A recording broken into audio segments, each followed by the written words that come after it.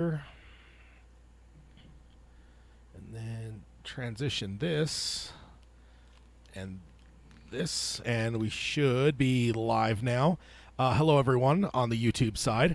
If you are new to the YouTube channel, yes, we can give you the rundown. This is actually our podcast we've been doing for a long time now. We started doing it on YouTube without cameras and stuff some years ago, and now we've added cameras. So what you're watching basically is us recording our podcast. So it will be long and probably in depth. But yeah, that's what it is. We have a podcast that we'll be starting with an intro here in just a minute. But yes, that is what you are seeing here. Hopefully at some point we'll be getting some shorter videos, kind of some different things that we've talked about doing, but we have not done that yet. As of now, the only thing on our channel is our actual podcasts. So welcome everyone. If we have anyone in the live chat, according to the untrustworthy Google number, we've got a couple people, but can never trust Google or the YouTube. I guess Google's the same thing. Don't besmirch Google. That's the same thing. They're all the same beast. Yeah. So let's go ahead and jump right on into it here. Let's go ahead and hit the intro, and then we can get started with the book club here.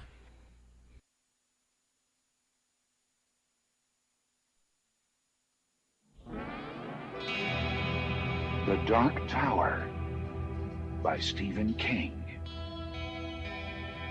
The man in black fled across the desert, and the gunslinger followed. Go then. There are other worlds than these. Death, but not for you, gunslinger. It's time we had our own palaver, I think, and it's going to take a while. And yet, dauntless, the slug horn to my lips I set, and blew. Child Roland, to the Dark Tower came. We are content, one from many. Let the palaver begin.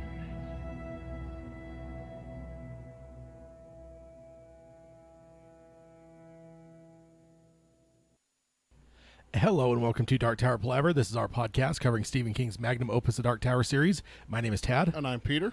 And we are here today for the book club number 9 for The Wastelands. So we've had a little bit of a jumbled schedule over the last little bit. Summer tends to do that to us a bit. So we are actually here. I think this episode is back to our normal schedule. We did one week ago. That one technically should have been a fortnight ago, but we delayed that one. So we've done 2 in a row here. But this is us back on track now. So with this one, let me go ahead and before we dive into the intro stuff, let me go ahead and lay out the rest of the year. So we have a roundtable next time, but only one, and then we're back to a book club because the last week's episode technically should have been a book club, but because we were going to have Jeremy on as a guest, we wanted that obviously to be a roundtable, so we flip-flopped those. So this technically should have been a roundtable. So we're going to have book club, roundtable next time, book club on the 25th of September. And then we'll be back to our normal cadence of two roundtables for every one book club. Also, if you follow us on the YouTube side, keep an eye on the upcoming shows. I just today scheduled out the rest of the shows through the end of the year. So I think we have 9 episodes left, including this one. For 2021, and all of those are scheduled on YouTube. So if you want to join us live, you can hit a reminder on those and stuff, and it'll let you know, as well as you can look at it and kind of see when the dates are. But hopefully now we should stick with our every other week pattern going forward here. So, but yeah, so we're here for Wastelands Part 9.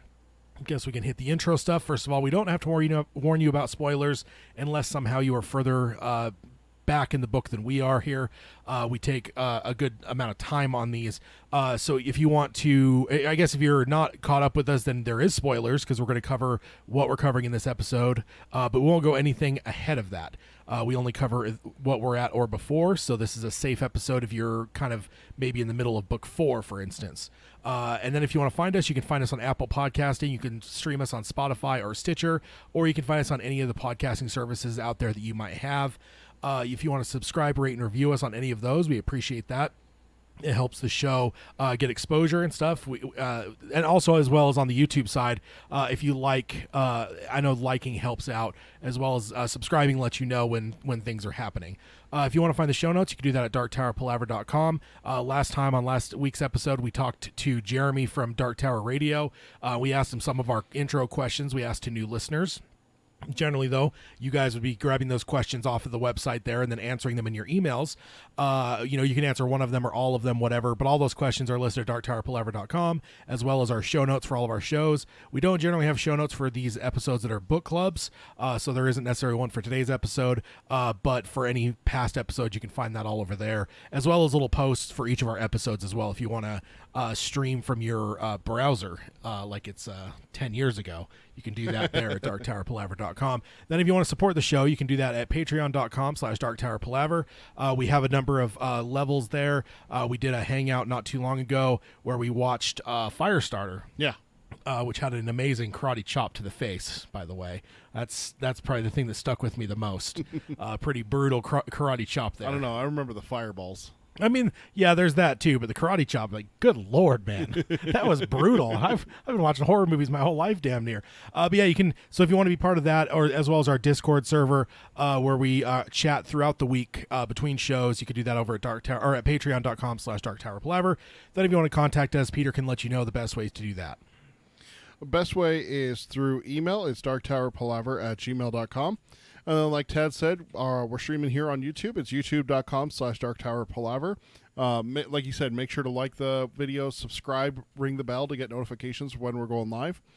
And then our social media is facebook.com/darktowerpalaver. The Twitter is @darktowerpod. That's @darktowerpod. And then our Instagram is darktowerpalaver, all one word, no spaces. And then our merchandise is available on TeePublic. You got the 2 different shirts right now, but they're also available in other than just shirts. Remember, with TeePublic, you can order anything from pillows. Have you ordered a pillow yet? Not yet. You've been saying it. I know. But you haven't done it. I know. I need to. I'll probably have one before the next episode. I keep thinking about it. I should get a sticker and just put it, right there in my water bottle. Yeah, you could do that too. I actually thought about it the other night. I was like just being lazy, laying in my chair, and I was like, God, I wish I had that Dark Tower pillow. But I'm like, I could get up and order it now. But then that would take getting up, getting over to the computer and stuff, and I was like watching a movie or something. I was just like, that's not going to happen. You can't order it from your phone. Yeah, is TeePublic super good on the phone though? Yeah. There's some websites that don't translate well. I don't remember if theirs is good or not. Theirs is pretty good. I've only ever ordered from the phone. Oh, okay. With them, and I've ordered quite a bit from TeePublic. I've gotten you gifts on there. I've gotten my wife and my daughter gifts on there. Yeah, they're great because they have kids stuff as well. So yeah, I mean, obviously wearing a #Tad is terrible shirt to school would probably make your kid the coolest kid ever. But that's teepublic.com/user/darktowerpalaver. So just the name of the show, but you have to put user/darktowerpalaver. And then there's also a link of that on our website, right? Yeah.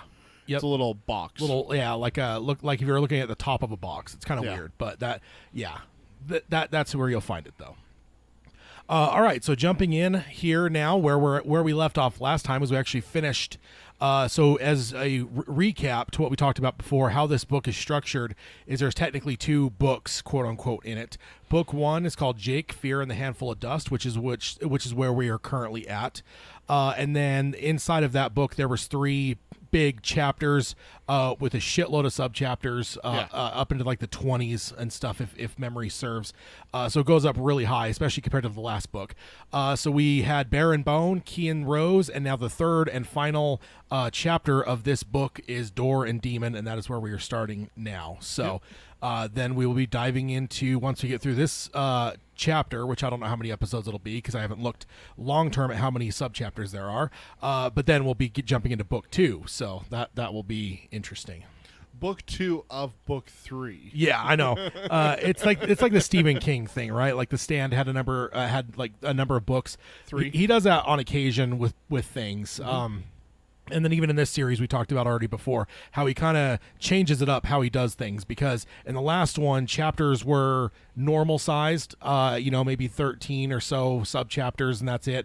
This one, though, it's like, there's only, I think, 6 chapters in the whole book. Yeah. So definitely not normal, whatever. So he definitely changes things around, and he does use the term book quite often, because like it doesn't have books, it is just chapters, but the Stand has books. So it's, and then kind of like this. I don't know if the other 2 books we've covered had books listed in them. It was just chapters. I think they did.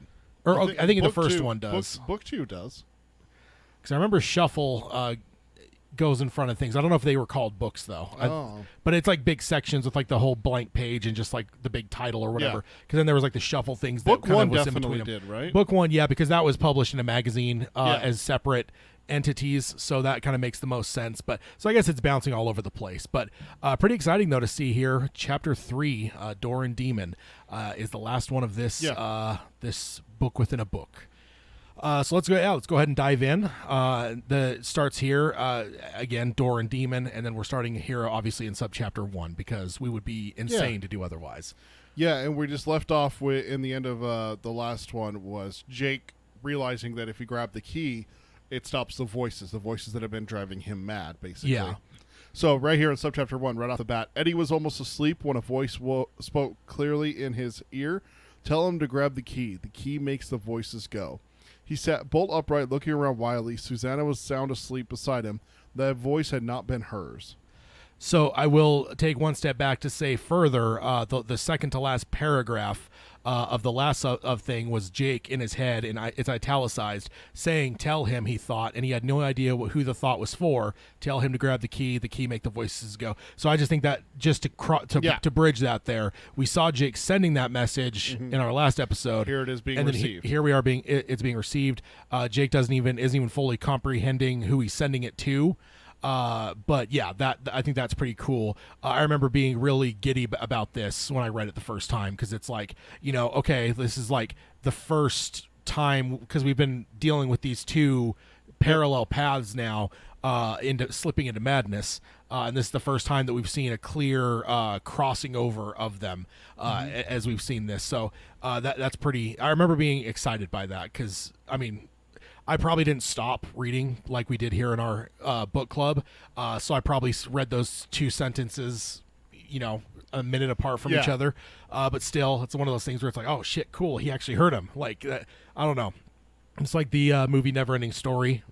Certain portions, or the reader, yells, and then people inside the book hear him. It's just, I know it's not the exact same, but it's still kind of cool, because again, there's different worlds we're dealing with here. So having the voice cross over, and also giving us hopefully some resolution, because we saw on the other side it helped Jake remove the voices. Yes. So hopefully now on the flip side, as we jump into the other world now, Roland, which is clearly losing it.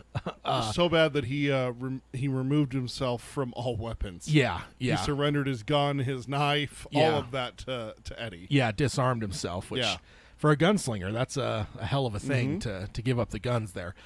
So yeah, it's definitely an exciting proposition. I remember being excited by it when I first read it, because it was like, oh shit, cool. Not only is it the voices crossing over, but now maybe we have some resolution so that Roland can stop being so fucked up. Yeah, I mean, yeah, I was gonna and no simpler way of putting it. Yeah, like, he's messed up right now. Yeah, it's getting bad and worse as this book has progressed. So certainly cool to see some resolution a bit anyway. Well, we hope. I mean, obviously, but the fact that it's crossing over too is interesting, because everything we've seen so far, like Jake crossed over after dying, and then obviously everything happened that caused this this paradox. But these worlds don't seem that connected. Roland found those doors, but outside of that, the world, and then the door of death for Jake, because he, obviously died and then showed up in this world. But otherwise, there really isn't that much connection to these worlds. Like, this isn't just like an easy, you cross the street and you're from one world to the next. So the fact that mental thought carried into this other world to then come to Eddie, I don't know. It seems like a sizable thing to happen. Yeah. Okay, so do you have any other thoughts there on that, or no? Just I thought it was cool that we get to see Jake get the message across to Eddie, and that it's. I found it kind of interesting that it was Eddie that received it, not Roland. Yeah, Eddie's the one getting the message from Jake, but part of it was, is it whoever has the key? Yeah. Yeah. And the question there then becomes, well, how did Jake know that Roland doesn't have the key? Yeah. Yeah. Did he just know somehow because the key gave him that kind of knowledge, that like foresight? Yeah, because it says he doesn't know who it was for. Because Yeah. that's interesting too. Because he doesn't know who it's for, but then also with the message he says, "Tell him." Tell him. So yeah, it's like even though he doesn't know who it's for, Yeah, it's he not- understands it's not for the person whose problem it's going to solve. He knew that it wasn't Roland. That's basically what it comes down to. Because if there was a chance it had been Roland, it would have been, hey, Roland, or whoever is with Roland, Yeah. tell him or Roland hold the key. Yeah. It'll help you. Yeah. Tell Roland that. He doesn't say that. He just says, hey, help him. Yeah. So he knows. It's almost like he subconsciously knows that he's talking to a third party. Yeah. Because Eddie and he- Jake have never met in any way. Yeah, no, that's the thing that I had to keep clear in my mind with this is it like, because we've seen this whole story now play out, but it's like, wait a minute, you got to keep track of the timelines and realize, Right. yeah, like Jake and Eddie, there's no crossover there. Nope. Like by the time these other characters showed up, Jake was dead. So, there's no crossover here. He doesn't know about Eddie or Susanna or Detta or Odetta. He doesn't know any of that. He all he knew was the gunslinger. Yeah. So a little bit further down here, it says there were no intruders here, only Susanna asleep and Roland awake. He sat huddled beneath his blanket at the edge of the stream's cut, staring into the darkness. Tell him to grab the key. Tell him to make the voices go. It says in italicized, which is interesting because is that just Eddie recapping and changing exactly what the voice said, or is this another voice coming through? Yeah. Because it's italicized. I found that interesting because it's not the exact wordage that was sent there. So I don't know if... Your version is different than mine then. Mine is the exact same verbiage. Or tell him to grab the key. Oh, yeah, make the voices go. Okay, never mind. Yeah, it is the same. Oh, okay. I'm sorry. I was like, you said that the first time, and I'm like, oh, that's weird. Yeah. Okay, yeah, it's just a different context there. It looked different in my mind. Then it says, Eddie hesitated only for a moment. Roland's sanity was in the balance now. The balance was tipping the wrong way, and the worst part of it was no one knew it better than the man himself. At this point, Eddie was prepared to clutch at any straw. So I love that because basically, because I wonder if things weren't as dire with what this is saying, he's clutching at any straw. If it weren't as dire, does Eddie ignore the voice? Maybe. Like if this is earlier in the madness, like do you think that Eddie just ignores it, where it's just like, oh, Eddie, you're being an idiot? Does the voice of Henry quelch this and stop him from saying something? But the fact that it is so advanced, it says at this point Eddie's prepared to clutch at any straw, like literally anything. He could see a shooting star, and he might try to interpret that as something to help Roland. Like maybe. So it just makes me wonder if like I don't think it would have necessarily talked him out of it. I think he would, because remember, he only hesitated for a moment. So we're just talking about him thinking about it, not necessarily that he would do a full 180 and ignore the voice. Yeah. But probably be like, wait, where's this voice coming from? Who's talking to me? Yeah. At that point, all that stuff that normally matters to Eddie, the who, why, what, where, when, all those W questions, he doesn't care. Yeah. That's the thing. He only pauses for just a second. He goes, oh, wait, none of that matters. I'm just, I'm desperate.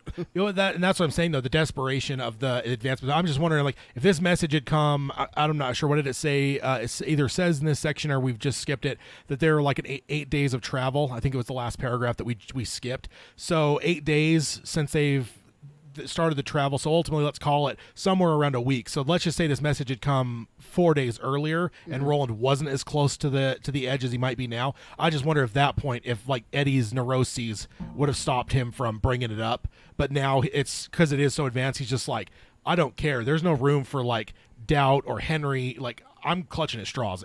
I'll take anything right now. Well, I don't think that it's like a question on whether or not he will tell Roland. I think it's a question of whether or not he'll keep it to himself for a little bit. Yeah, or trusting it in general. I guess that's what I mean. Not that he would hide it, like, because whatever. I almost think that he wouldn't believe that it was genuine, or wouldn't allow the hope that it was genuine, because he would be afraid of looking the fool, right? That's basically what we found as one of his biggest. That's been a big thing is like everything even about the key up to this point. So it just makes me wonder if like the edge that Roland is approaching and getting very close to is one of the only reasons that Eddie doesn't have that same kind of like going on in his head. It's like, no, I'm desperate here. Like this is too advanced. Like I guess it's like one of those things like you may doubt yourself in whatever, but if like the heat gets turned up and suddenly it's like life or death, like you're not going to hesitate or think about the same things you might if it weren't, I guess. So I think of like a doctor back in like 1850 where they don't know the cure for all these diseases nowadays. So we're like, oh yeah, a shot of penicillin cures that, kind of thing.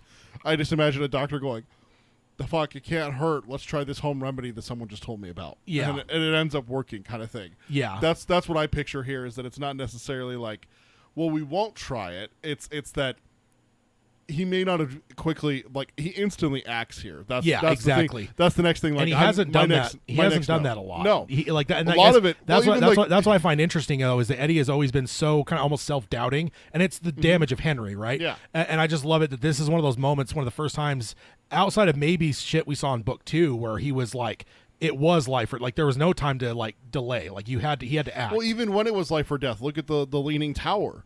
Even then, Roland's like, hey, you got to make up your fucking mind. Are you to stand with me or not? Kind of thing. And he's like, yeah, I want to kill these motherfuckers. I guess I'm thinking more of like the beach. Like there's times like, he doesn't wait around for whatever. He just kills a lobstrosity and starts to eat it and feed it to Roland. So like he does act when he needs to. So I guess there is a dividing line of like but it's when always, is neuroses. It's always coming with necessity, like you were saying here. Exactly. And that's what you're saying, is that with the necessity gets rid of the what ifs and the well should I that Eddie constantly has in his mind. Like the key earlier, right? Like pulling the branch off. Like how hard was that? King showed us how hard that was for him to do that, and then he's ashamed of it even after he does it. And he's like doesn't want to talk about it, and he like tries to hide it. Yeah, exactly. It's just Eddie's character is very well defined, I feel like, at this point, and I do love this because it shows that like he isn't like completely strung by these neuroses and this damage. Like he can get by it if he needs to,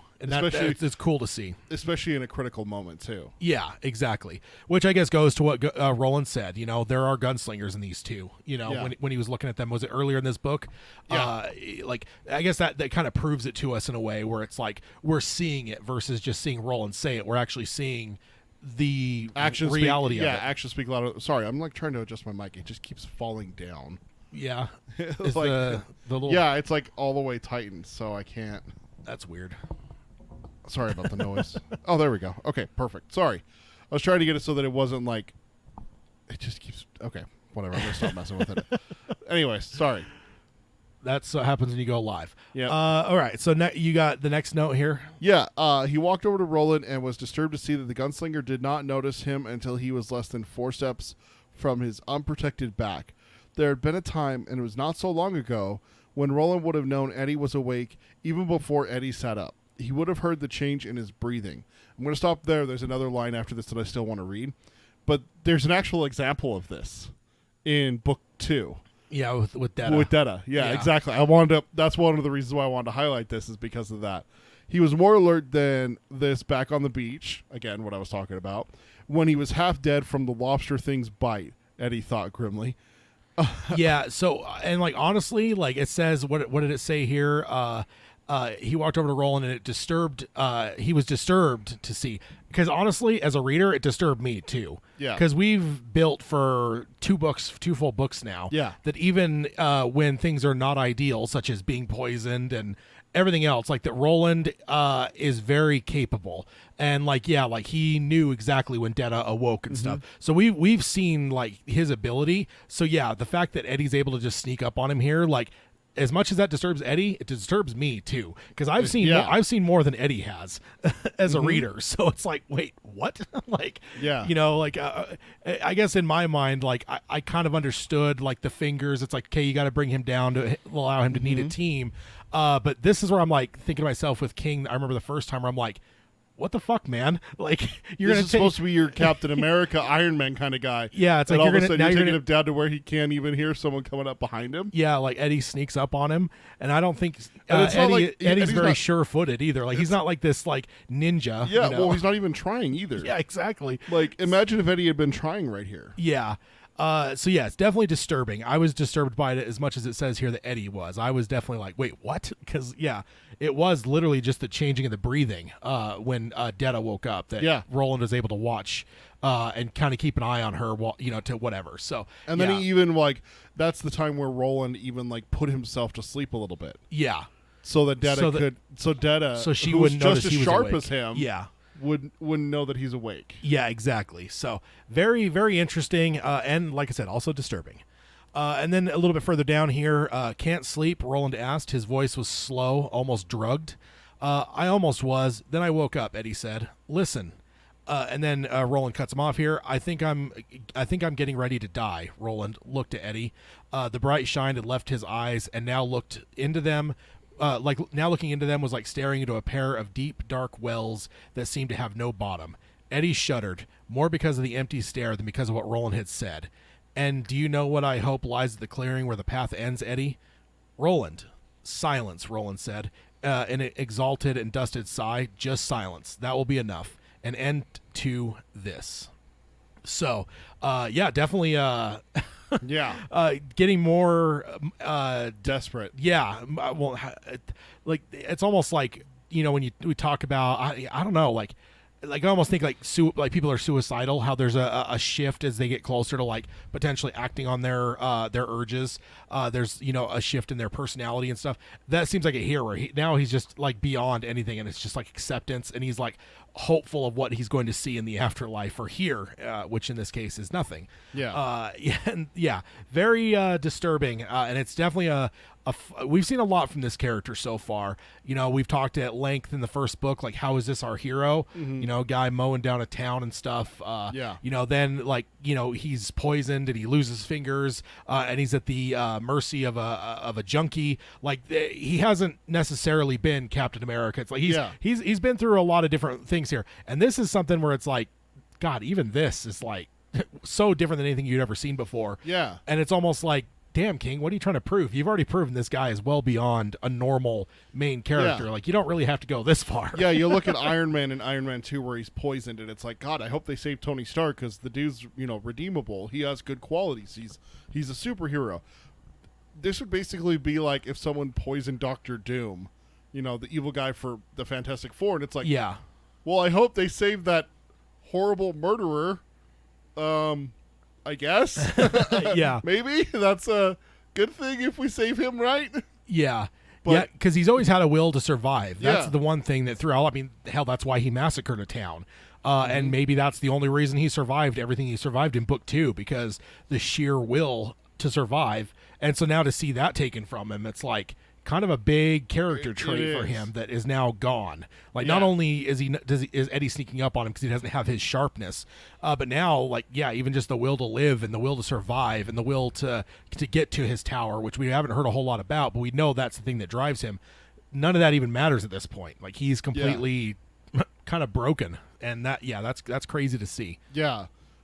And right up next, Eddie's talking to Roland about what he's been making, and he says, "Look," Eddie began to unfold the piece of hide. "That won't be any good," Henry's voice suddenly brayed. It was so loud that Eddie actually flinched a little. "It's just a stupid piece of wood carving. He'll take one look and laugh at it. He'll laugh at you. 'Oh, look at this,' he'll say. 'Did the sissy carve something?'" "Shut up," Eddie muttered. The gunslinger raised his eyebrows. "Not you." Roland nodded, unsurprised. "Your brother comes to you often, doesn't he, Eddie?" So there, it was like what you were saying. It was shocking to see Roland so easy to be snuck up on. Yeah. So desperate to have an out.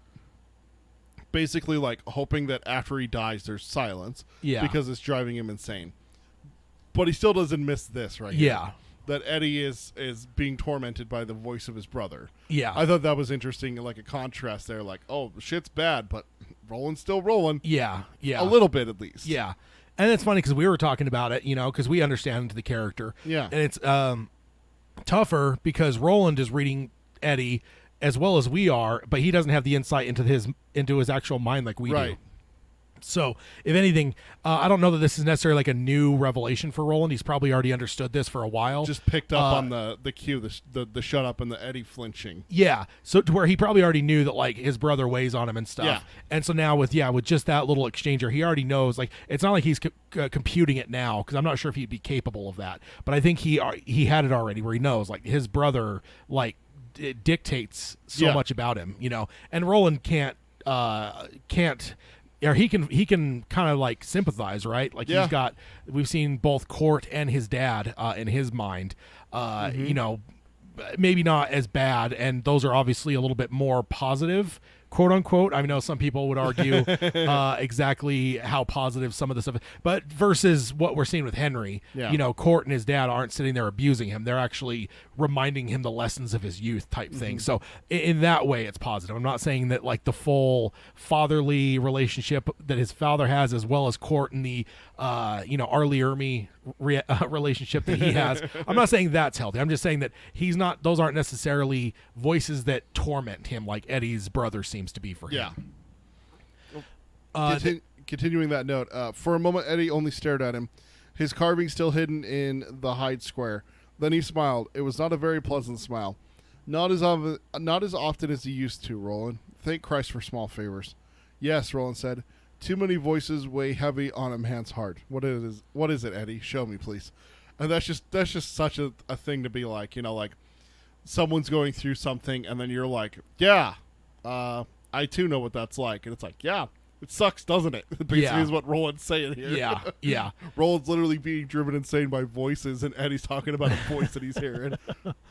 Yeah, I mean, you could take that more literal, or also like figurative. I do think that things like Court and his father, and God knows how many other voices he's got in his head, with the amount of time that this man spent on the trail, I would imagine there's a number of other voices that might echo in his mind, maybe not as like commanding and authoritative as Court, but God knows, I mean, like Allie, for instance, someone like that he had an attachment to even for a short time, like who knows, he might hear her voice on occasion. Like probably more of a pleading voice of terror or something versus like telling him something useful. But yeah, God knows, man, this we've definitely got the feeling that this man has seen and killed a lot, and that has to carry somewhat of a burden as it goes here. But then it goes on here, and it kind of explains that the key that he's pulling out here isn't fully formed yet. It seems like, it says here, like the head of a woman from the prow of a sailing ship. I think that kind of has a very stark picture that draws near most of our minds, where like we've seen those things, whether it's a woman's face or there's all different kinds of things they used to put on the front of ships. A mermaid. I've seen mermaids. Yeah, but they're very like. They're kind of out of. It's kind of like Mount Rushmore, it's coming out of the wood. Yeah, or Mount Rushmore. It's like coming out of the stone. It's like it's like out of nowhere. Suddenly, there's a face. Like, and I think that's what it's showing there is that like, okay, so in my mind, it's easy to kind of figure that out. That okay, it looks like a key, but there's maybe still a bunch of wood around it that doesn't necessarily let it look like a full-on key. But then Roland's reaction here is my next note. He says, "By the gods, Eddie, it's beautiful," Roland said. The apathy was gone from his voice. He spoke in a tone of surprise and reverence Eddie had never heard before. Is it done? It's not, is it? No, not quite. He ran his thumb into the third notch and then over the S shape at the end of the last notch. There's a little more to do on this notch, and the curve at the end isn't right yet. I don't know how I know that, but I do. So I love that because this just feels like the answer to Henry, right?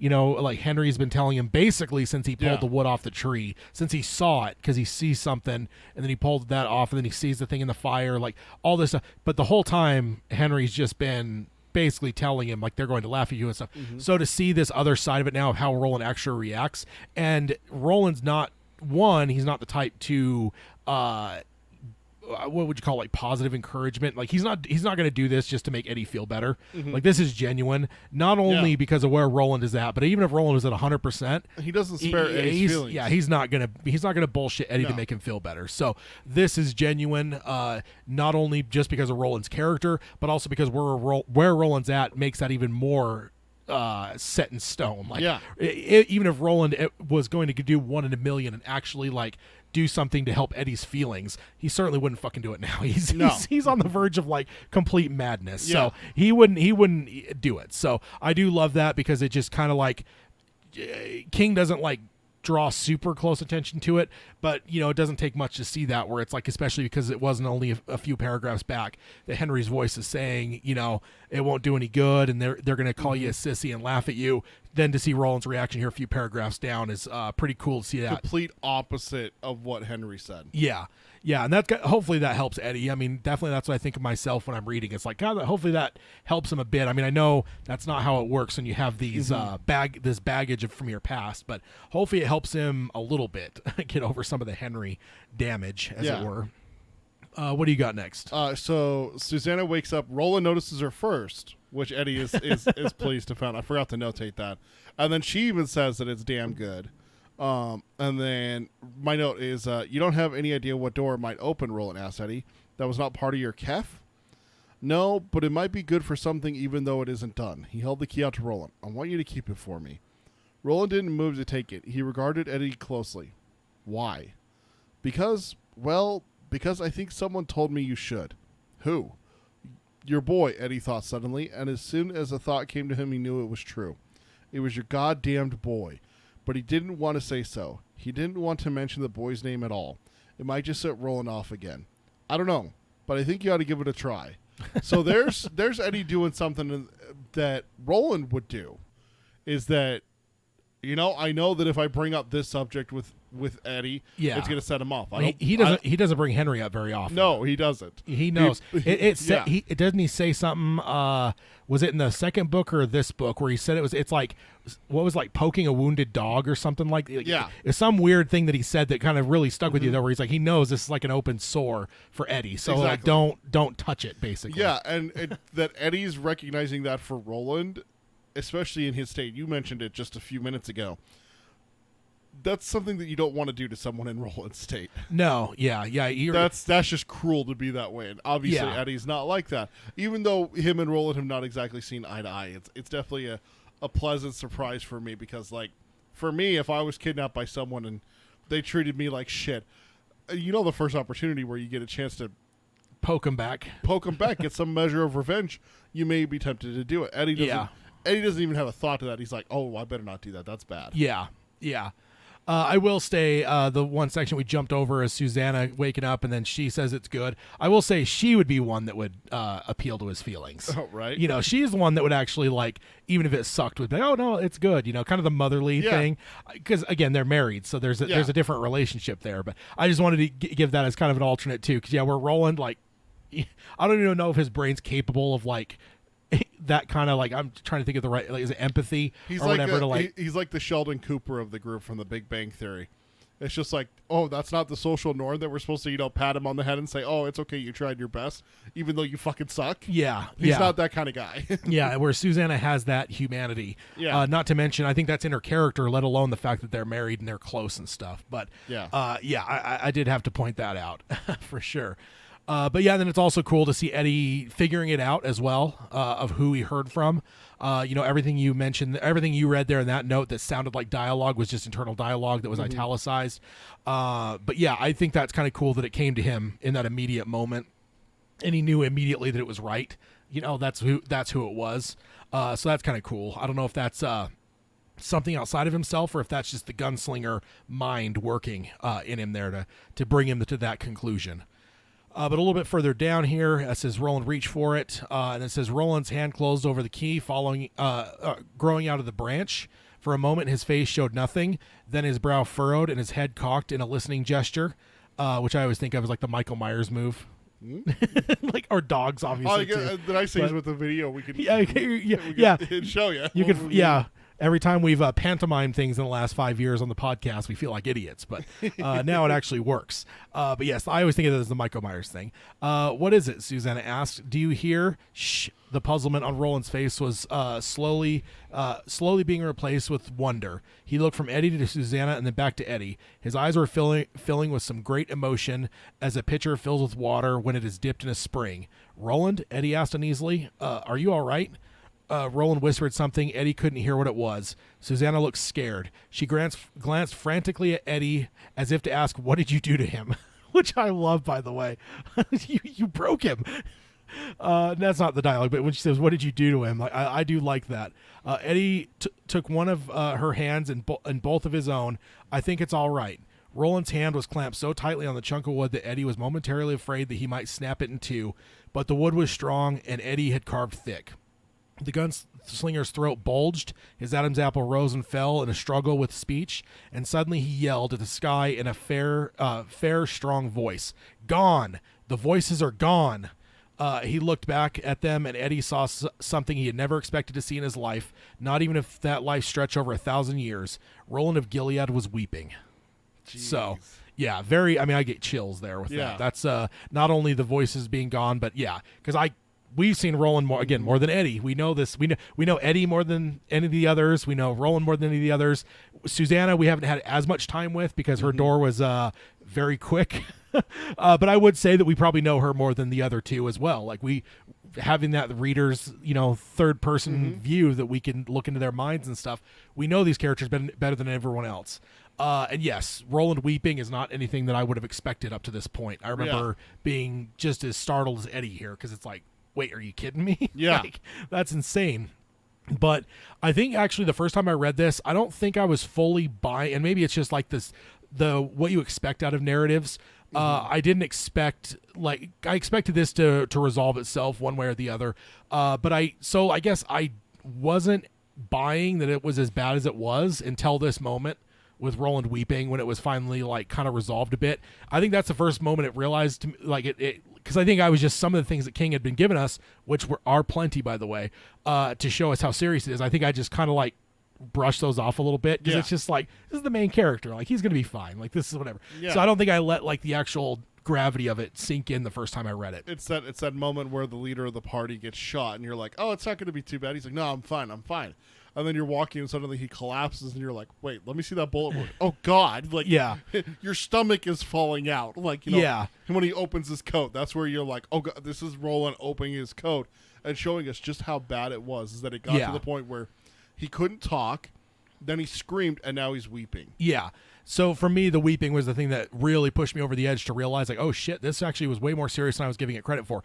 And then on every reread, obviously, I looked at it and went I don't know how the fuck I was missing this, because it's very clear. King's giving us a lot of big signs here of things that there's just no other way. But I just don't think it was me. I don't think my mind was open to the idea that he was in that bad a shape, I guess. So yeah, because like you said, it's main character. Yeah, it's main character, very capable character, even, missing some fingers. We've seen him do a lot and handle a lot so far, and it just seemed like this couldn't be enough. It's a big thing, obviously, but I just didn't give it enough credit. So definitely cool. Love that. But then jumping over to subchapter 2, which is a long one here. It's such a long one. In fact, I'm going to read the whole thing for you guys. The gunslinger slept soundly and dreamlessly that night for the first time in months, and he slept with the not quite finished key clutched tightly in his hand. Whew, that was so long. I better get a drink after that. Yeah, that's a long one. So I do love King's little one sentence subchapters. Those are fun at times. I want to say he does that throughout all of his books. Every once in a while, you'll just get one that's a sentence. Sometimes it's not even a full sentence. There'll be 3 words. Will be a full subchapter, and it's just oh, you little cheeky bastard.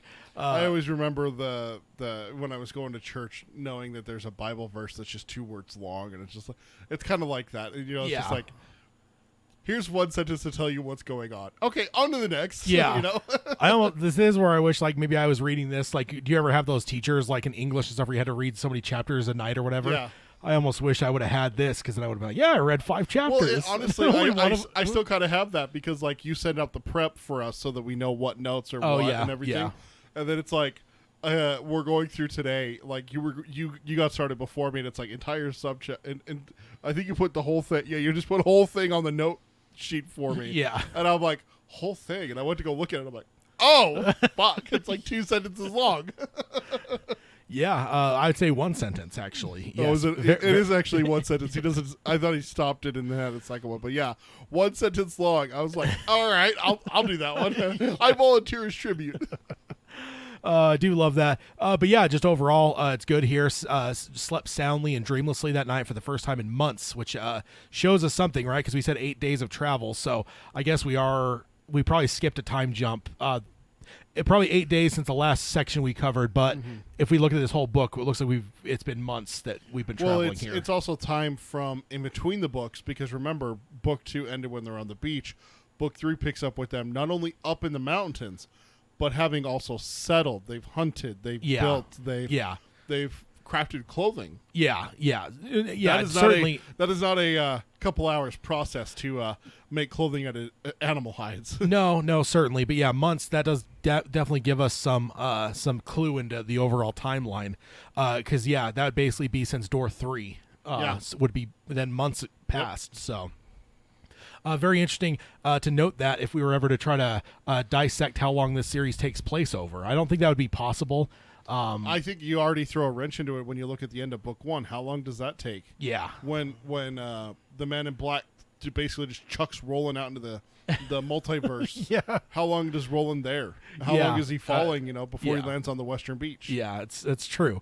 I don't think there's any way you could ever take a guess at that. Yeah, no, that's it, yeah. So it's kind of like trying to calculate like deaths. Like I remember there was a website that did that way back in the day, like probably early 2000s, maybe even late 90s, and like there was times where it was like Alderaan was destroyed, and they're like, who knows how many people that was, Yeah. So it becomes hard sometimes to do that. But yeah, if one were ever to take that would be at least a reference point to say like, oh, cool, months since that third door. So jumping over to subchapter 3 now, starting off here, it says, in another world, but beneath the shadow of the same quartet, Jake Chambers was having the most vivid dream of his life. And this is, have we been jumping back and forth like this in subchapters? No, this is the first time. time. Yeah, this feels new to jump from the Roland's side to Jake's side in the course of 2 subchapters. Yeah, it's been split between the books. Book 1 was Roland, Susanna, and Eddie. Book 2 was chapters. You mean? Jake. There's only the 2 yeah, books. the two chapters within this book is what I meant. Yeah. Chapter 1 was Shardik and everything that happened with that. Yeah. Chapter 2 was Jake and finding the rose and the key. Yeah, I remember that being kind of something that shocked me the first time too, where I'm like, wait a minute, we just jumped a subchapter. Why the fuck are we getting to Jake's world? Because it is one of those things though that does make you think like, oh, then maybe this book or this chapter, this chapter, maybe then if we're crisscrossing these two, maybe there's going to be some crossing the streams in this. I just remember kind of like putting that together in my head because it's like you said, it's been very clear cut. It's been okay. Here's Jake's section. Here's Roland's section. So now to see them crossing over in the same section kind of gives me the thought. I remember the first time thinking like, okay, so maybe in this chapter in this section here, maybe they're going to actually cross paths in some way. So obviously Jake's been looking for that. He's been opening doors like a mad person for some time now.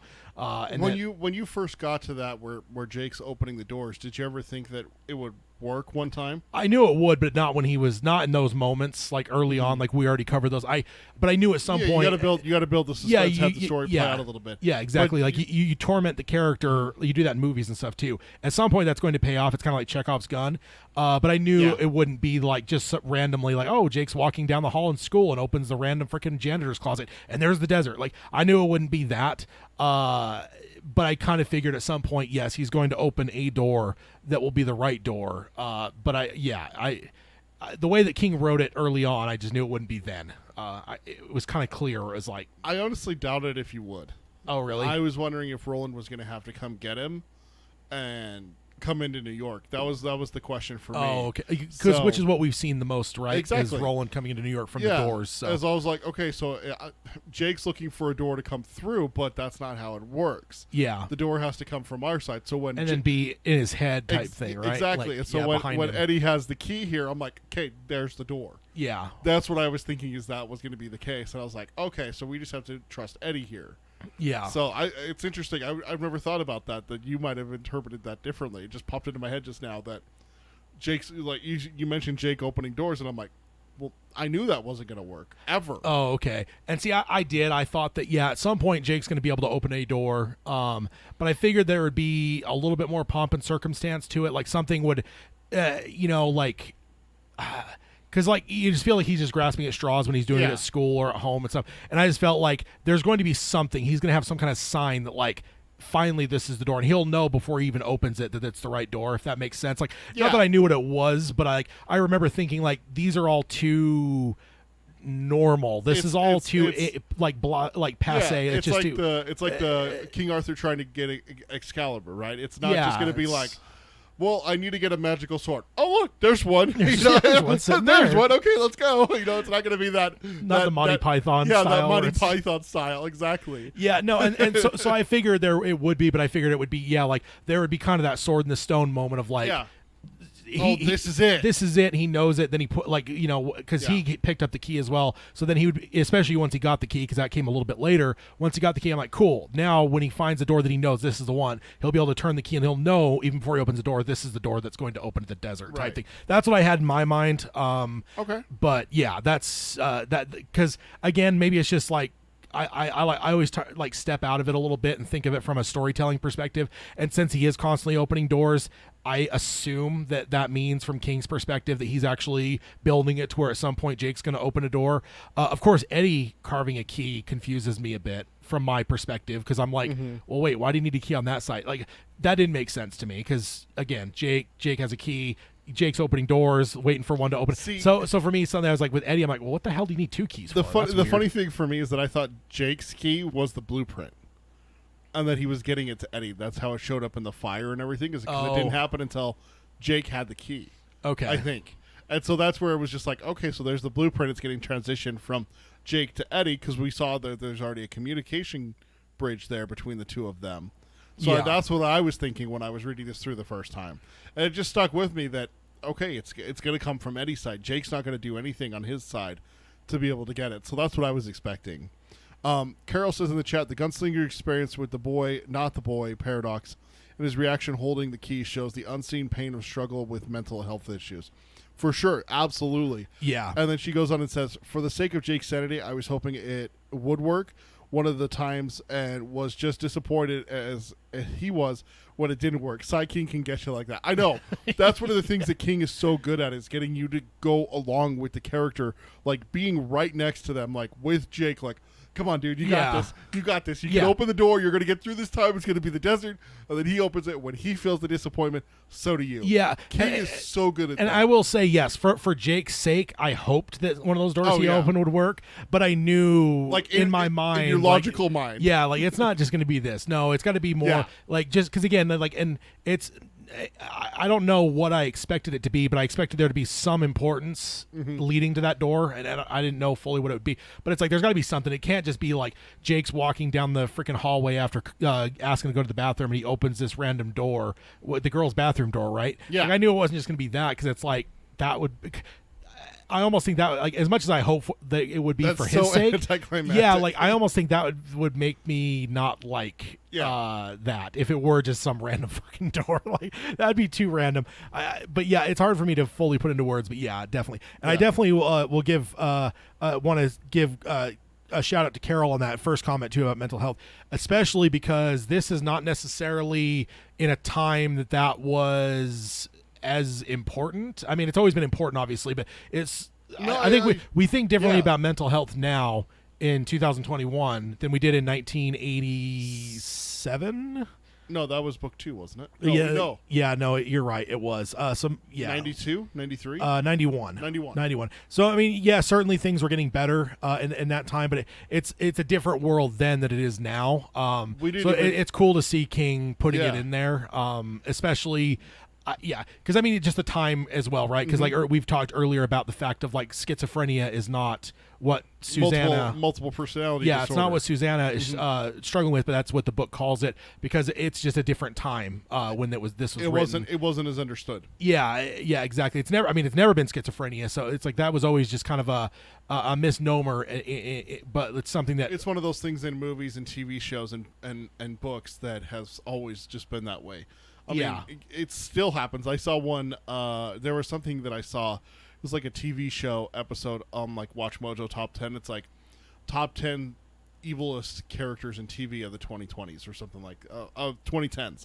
And one of them was a multiple personality. It's like this schizophrenia character, and I'm like, it's not schizophrenia. Yeah. Like so legit, it was a Jekyll Hyde situation where the person swapped and became like a Mr. Hyde, and I'm like, that's not schizophrenia. That's multiple personality disorder. It's still happening. It still happens. But yeah, I will just say, so King is kind of in a different time in writing this book, is portraying, mental health struggles in a very real way on both sides, both Roland and Jake, because we've already talked about it in our last couple episodes of how much King is shitting on Jake. Basically the whole last chapter, it's just like, dude, King, like, leave this fucking kid alone. He's for 11 God's for sake. God's sakes, man. Come on.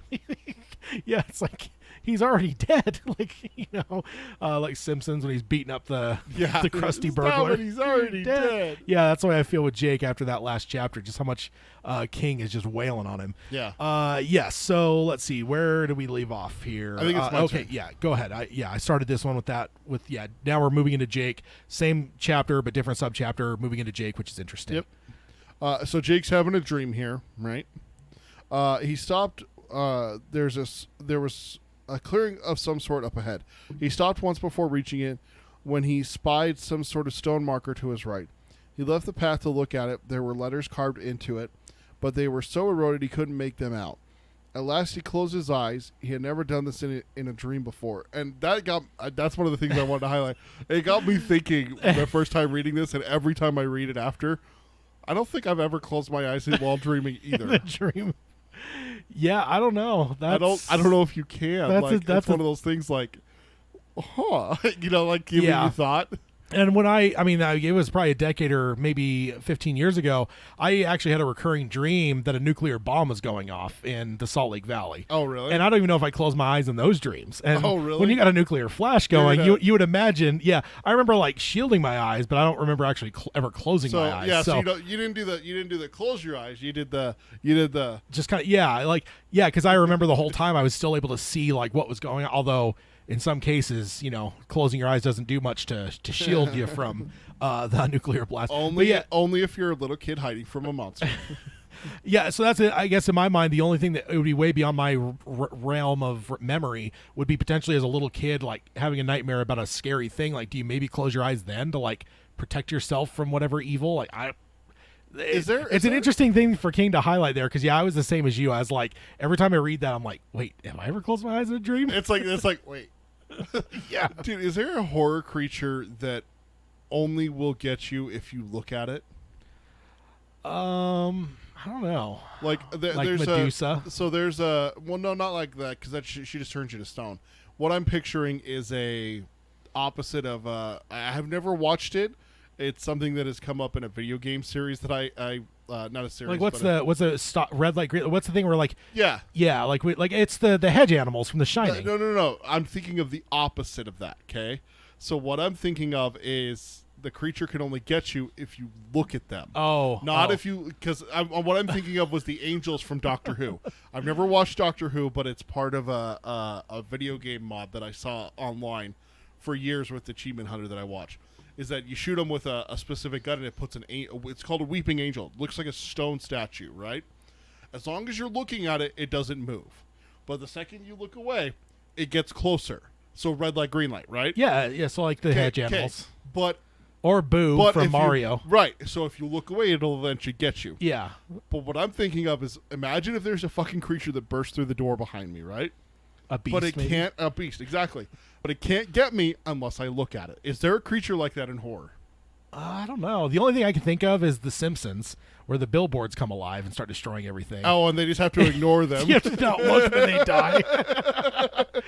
But outside of The Simpsons, I can't think of any examples. Yeah, see, Ellen, I'm talking about like the Weeping Angels. Exactly. I know they're terrifying. I've seen like examples of it. But I'm thinking of the exact opposite of the Weeping Angel and the hedge animals from, if we're going to keep it in the Kingverse, where, yes, the lions will move, but they'll get you if you're looking at them. So when you look at them, they can fully charge you. And you have to look away to get them to stop. Can you imagine how terrifying that would be to have to turn your back onto a beast like that? Oh, yeah. Especially you. Dude, I'm like getting creeped out. I like this idea. Having to turn your back on a beast. Yeah. Maybe the beast from Creepshow. Perhaps, yeah, the monkey. I would not be a fan of that. Everyone's freaking out over the Weeping Angel, saying that they're all creepy and awesome. Sorry, we stopped on in the middle of your note here. Yeah, sorry. And he let his fingers trace each letter like a blind boy reading Braille. Each formed in the darkness behind his lids until they made a sentence which stood forth in an outline of blue light. Traveler, beyond lies Midworld. Sleeping in his bed, Jake drew his knees up against his chest. The hand holding the key was under his pillow, and now his fingers tightened their grip on it. Midworld, he thought. Of course. St. Louis and Topeka and Oz, and the World's Fair and Charlie the Choo-Choo. Good old Charlie. So, I mean, we've heard the word Midworld before, So that was kind of interesting to see Jake dreaming about it. Yeah, definitely. With a little signpost there. You definitely got the chat going there with your. I know, yeah. Not only that, but your Doctor Who reference there. I've never heard of that. The only thing I've ever seen of Doctor Who is the Van Gogh clip. I've never seen that. I think it's Doctor Who, where like he like takes Van Gogh into the future and like brings him to a Van Gogh like display exhibit. Yeah. And just because obviously he was one that struggled with depression and stuff and whatever. So to then show like the fact that, hey, in the future, you're one of the greatest artists of all time. Yeah. So I don't even remember how I watched it at some point, but I have. And then now every time YouTube like throws it at me algorithm wise, I watch it again. But literally that's all I've ever watched. Look when you're done, look up Weeping Angels from Doctor Who, dude. It's like straight out of fucking horror. Yeah. Like it is the hedge animals, but they're fucking stone statues and they're creepy as hell. I like that. That's awesome. Like I said, I've never watched Doctor Who, but I know what the Weeping Angels are. Yeah, that's interesting. All right, so then it goes down a little bit further here. So now Jake is he's actually seeing some of what we saw with the kiosk, the subway kiosk that was the yellow and black stripes. Basically, what we saw at the end of the beam on Roland's side. So he's basically seeing this machine, and he's hearing the machinery. And then he's also sees the dead robots, which we've also already seen. So he's basically seeing some of the stuff we've already seen. And he's also seeing a basketball court with one kid shooting the basket. And he says, "Are you me?" Jake asked, taking a step closer to the boy at the basket. But even before he turned around, Jake knew that it wasn't the case. The boy was bigger than Jake and at least 13, which I always think is funny because it's like for Jake, an 11-year-old, 13, it just sounds like ages older. I know. For him, and it would be, right? We've all been there. Yeah. But like us, we're just like, what the hell's the difference between an 11 and a 13-year-old? No, like, come to on, us it's no big deal. But when you look at 11 and 13 I know. in like Utah, yeah, that's the difference between an elementary school kid and a junior high. No, kid. I know. But when you're kids that age, it's like the biggest world of difference. It is. But now us, we look back, it's like 11, 13. Like, what the hell's the difference? It's okay. So the same thing happens to me and my wife because we're 4 years apart, right? I'm 4 years older than her.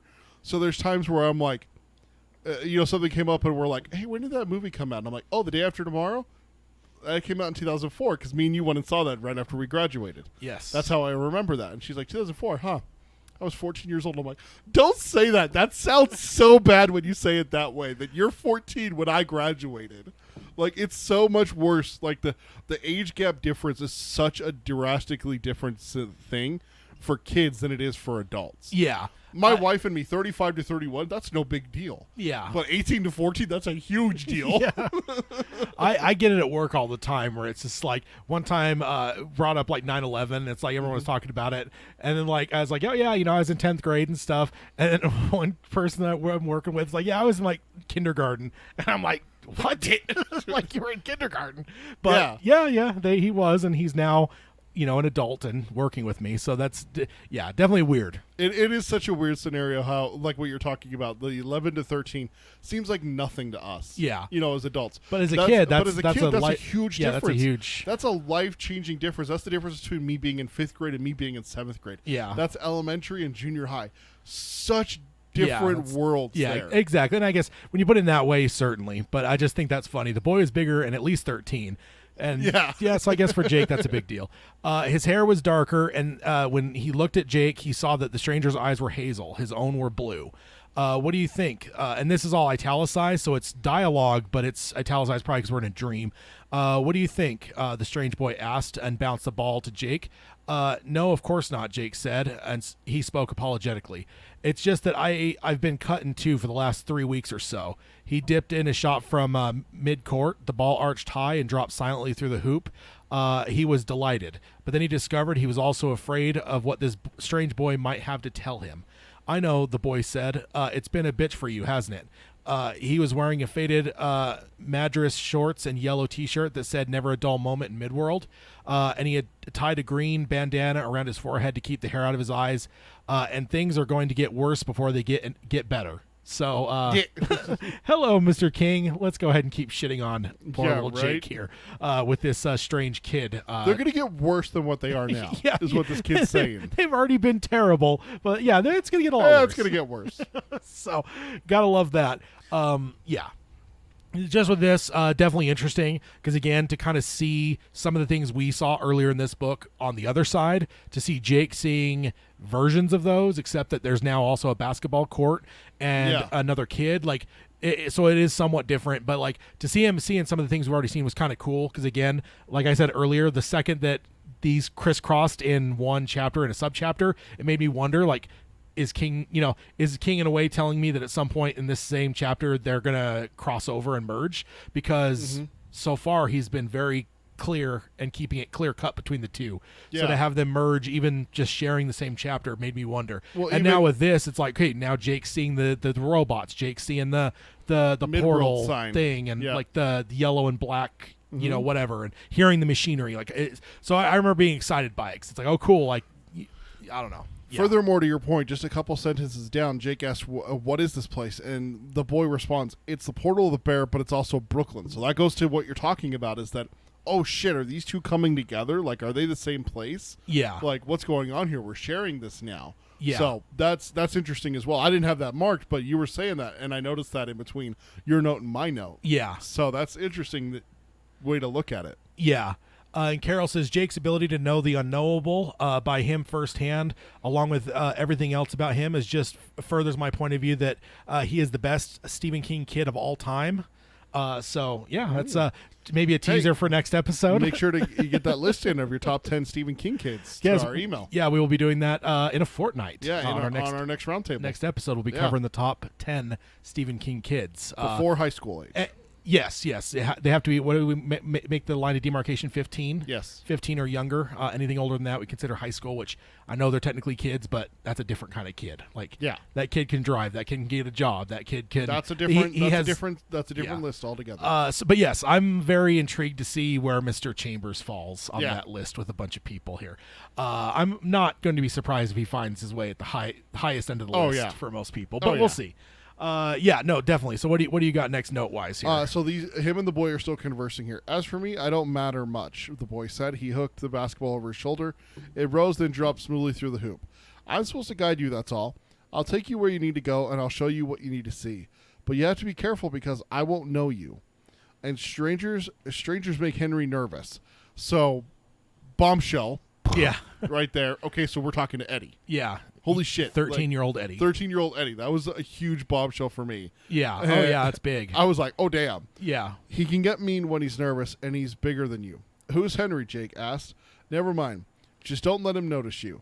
All you have to do is hang out and follow us. Then when we leave, the boy looked at Jake. There was both pity and fear in his eyes. Jake suddenly realized that the boy was starting to fade. He could see the yellow and black slashes on the box right through the boy's yellow T-shirt. So he gives him this warning and then says, oh, yeah, after he leaves, that's it. Bye. Yeah. Doesn't finish his sentence there. Yeah. So it's like, God damn it. Yeah.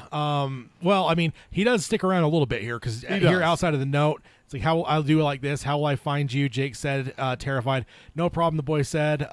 Just take the subway to Co-op City. You'll find me. No, I won't, Jake cried. Co-op City is huge. There must be 100,000 people living there. I love that. I know I didn't highlight it, but like that makes me laugh because it's like the reality, but also it just feels like such a kid thing where it's just like yeah, because realistically, that's insane to think about. Like, just go to this area, you'll find me. Like, I could just imagine someone sending you a video chat and just like a little 10-second video being like, hey, I'm going to be in downtown Salt Lake, come find me. Yeah, it's like okay, where would I begin to look? Yeah. You know. Yeah, no kidding. So I do like that. That makes me laugh a little bit. Just that. But then it goes on here. It says, now the boy was just a milky silhouette. Only his hazel eyes were still completely there, like the Cheshire Cat's grin and Alice. They regarded Jake with compassion and anxiety. No problemo, he said. You found the key in the rose, didn't you? You'll find me the same way. This afternoon, Jake, around 3 o'clock should be good. You'll have to be careful and you'll have to be quick. He paused. A ghostly boy with an old basketball lying near one transparent foot. I have to go now, but it's good to meet you. You seem like a nice kid, and I'm not surprised that he loves you.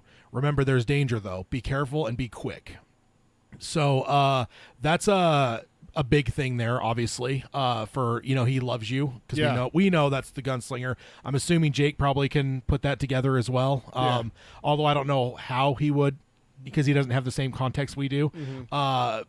But I don't know. I just feel like in Jake's case, he is going to, in this case, we're talking about the rose and everything. Yeah. Like, I just feel like maybe the context gives Jake the clue there. But so that's kind of big. Yeah, like you said earlier, big surprise here that we've got, and Co-op City as well mentioned. So that's another giveaway there that we're talking to little Eddie here. Eddie Dean. Yeah, little Eddie. Yes. So that's I love the just the eyes. That seems like that might be creepy. I know, right? Just a little bit, right? But no, that I do love that. Just kind of telling him a time as well, because that is always a thing that makes me nervous in things like this. Because you give a time, and now it's like, okay, well now Jake has a clock that he's fighting against. Like it's like I always imagine there's like a narrator, and he goes, and a little clock pops up. Ding, and Yeah. it starts counting down. yeah, because it's like how much can go wrong for Jake between wherever he's at in the middle of the night and 3 p.m. Like that just. There's a lot that could happen. He's a kid. It's still school season. He can get picked up by a cop. There's all kinds of things that can go wrong for him. You playing hooky, kid? It just seems like there's a lot of. It makes me nervous. Is all I'm saying. It'd be a lot easier if it was an adult given this, because then they'd have a little bit easier time. They can get a cab. They can maybe have their own car and drive. But Jake, none of those things. Nope. Like, so it's going to be tough for him. Yeah. What do you got next? Right after where you left off. Wait, Jake yelled and ran across the basketball court towards the disappearing boy. One of his feet struck a shattered robot that looked like a child's toy tractor. He stumbled and fell to his knees, shredding his pants. He ignored the thin burn of pain. Wait, you have to tell me what this is all about. You have to tell me why these things are happening to me. Because of the beam, the boy, who was now only a pair of eyes, floating eyes, replied. And because of the tower. In the end, all things, even the beam, serve the Dark Tower. Did you think you would be any different? Jake flailed and stumbled to his feet. Will I find him? Will I find the gunslinger? I don't know, the boy answered. His voice now seemed to come from a million miles away. I only know you must try. About that, you have no choice. So that's it's always ominous when you have like that Obi-Wan character, like ghost type. Here's what you have to do. Am I going to succeed? I don't know. But you do have to try. yeah, but you have no free will. You have no choice. Like, you got to do it. So I wonder if there's ever a story out there where the guy just goes, nah, and just walks away, gets in his ship and just flies to the farthest outreach that he can, and just is like, nope, I'm going to live here now. I will say this made me laugh when he's like, because again, it's clear that the other boy here, Eddie, is disappearing. He says, you have to tell me why all these things are happening to me, or tell me what this is about. Those two questions seem like not good questions to ask a being that has almost entirely disappeared. Those seems like questions that probably have longer answers. Well, this is what I was saying earlier that had me so frustrated, is that Eddie was saying, and this is my previous note, never mind. Just don't let him notice you, and all you have to do is hang out and follow us. Then when we leave, and that's where he stops. I'd be like, yes, continue, please. I don't care that you're disappearing. Finish the fucking sentence. Yeah. What do I need to do? I mean, Jake doesn't even ask. He does give him some answers to about what it's all about and stuff. But I did laugh. That I remember that every time I read it, especially the first time too. I remember laughing at that because it's like literally this guy's like only eyes are left, and you're going to ask him these large, almost like philosophical questions. Not necessarily. There is real answers to them, but it's like you're asking some really big questions there. You're asking some like palaver questions, not some hey, this guy's probably going to be gone in the next couple seconds questions. It's I don't know. That makes me laugh. No, yeah, and that's the thing is like you always get that too. It's like, where's the rebel secret base? It's bleh. they always die before, or they disappear before they can give that crucial piece of information. Yeah, it's such a good storytelling technique. Oh yeah, I love it. Yeah, definitely. Then it goes down a little bit. Everything's disappearing and stuff. Then the voice here at the very end says again. It's italicized. River, the strange boy's voice sighed. It was like a puff of breeze. It came from nowhere and everywhere. The answer is a river, and that's the end of the subchapter there. So, I don't think I connected what this was talking about when I first read it. It's like, wait, what? A river? What the hell are we talking about here? We're talking about beams and dark towers and stuff. Yeah. Now you're mentioning a river. What the hell are you talking about? Yeah. But then jumping over to subchapter 4, It we get the explains answer. Yeah. Jake woke in the first milky light of dawn, looking up at the ceiling of his room. He was thinking of the guy in the Manhattan restaurant of the mine, Aaron Deepno, who had been hanging around on Bleecker Street back when Bob Dylan only knew how to blow open G on his horner. Yeah. Aaron Deepno had just given Jake a riddle. What can run but never walks, has a mouth but never talks, has a bed but never sleeps, has a head but never weeps. Now he knew the answer. A river ran, a river had a mouth, a river had a bed, a river had a head. The boy had told him the answer, the boy in the dream. Yeah, and then I was like, oh, okay, I remember that now. Yeah, and certainly, of course, that's the answer. I mean, I like riddles; they're fun for me. So it was actually frustrating me when I read it the first time, and he didn't know the answers. Then Aaron Deepno doesn't give them to him because I'm like, come on, one's a river. I mean, I wasn't necessarily familiar with the biblical. Yeah, the Samson one. Yeah, I wasn't familiar with that one. I read a and riddle. I don't think that's a legit riddle either. 'Cause legit riddles are like knowable. Like whatever, like Samson's one feels like what do I have in my pocket type thing. That's not a real riddle, like, it's, to me anyway. I mean, I get it, but like, yeah. Well, here's one for you that I actually read just earlier today. What word is spelled wrong in the dictionary? Wrong. Yeah. It's like, I had to think because I'm like, is this a trick? Am I, like, because like instantly that's what comes to mind. But yes, Yeah, the word wrong is spelled wrong in the dictionary. naturally. Yeah. Blaine would. Oh wait, What? nothing. So subchapter, it's moving on to subchapter 4 here at the very end. It says he threw back the bedcloths, swung his feet out onto the floor, and saw that there were scrapes on both knees, fresh scrapes. He had bruised his left side yesterday when he slipped on the brick and fell, and then had banged his head when he fainted near the rows, but nothing had happened to his knees. That happened in the dream, Jake whispered, and found that he wasn't surprised at all, and began to dress swiftly. That's some Freddy Krueger shit. What happens in the dream happens in real life. Yeah, that's like the first thing that comes to my mind every single time I read that, because it's like, again, we all know what kind of childhood I had. I've covered it many times. Horror films. And yes, Freddy is definitely one that comes to mind when it comes to whatever happens in the dream happens in the real world. Yeah, they're right over there. Nightmare on Elm Street. I can see them. Those are fun ones. I also was just looking recently. There's a website selling a pretty good replica of the glove. Of the claws. Yeah, I might have to get one of those. No. It's pretty cool. Pretty fun. It's not one of those things I've wanted since I was a little kid. I was like, I really? want a real Freddy glove. That'd be cool. Then they always sold those stupid cheap plastic ones like for Halloween costumes. I'm like, no, I don't want that. I want like a real one. I want to be able to cut myself. Yeah, it should be a dangerous toy. So moving on to subchapter 5. So he's getting ready to go. He stuffed a clean shirt, a clean pair of jeans, some underwear and socks into them, then added Riddle-Dee-Dum and Charlie the Choo-Choo. He had put the key on his desk before foraging in the closet for his old pack, and the voices came back at once, but they were distant and muted. Besides, he felt sure he could make them go away completely by holding the key again, and that eased his mind. It's always nice when you have that. Yeah, when you know you have the out near you, it's probably, and the fact that voices are distant, it probably makes it easier to like Exactly. be able to put the key down and, all right, cool, there's quiet and manageable, function. and I know that key's just right over there. Yeah. Okay, he thought, looking into the pack. Even with the books added, there was still plenty of room left. What else? For a moment, he thought there was nothing else, and then he knew.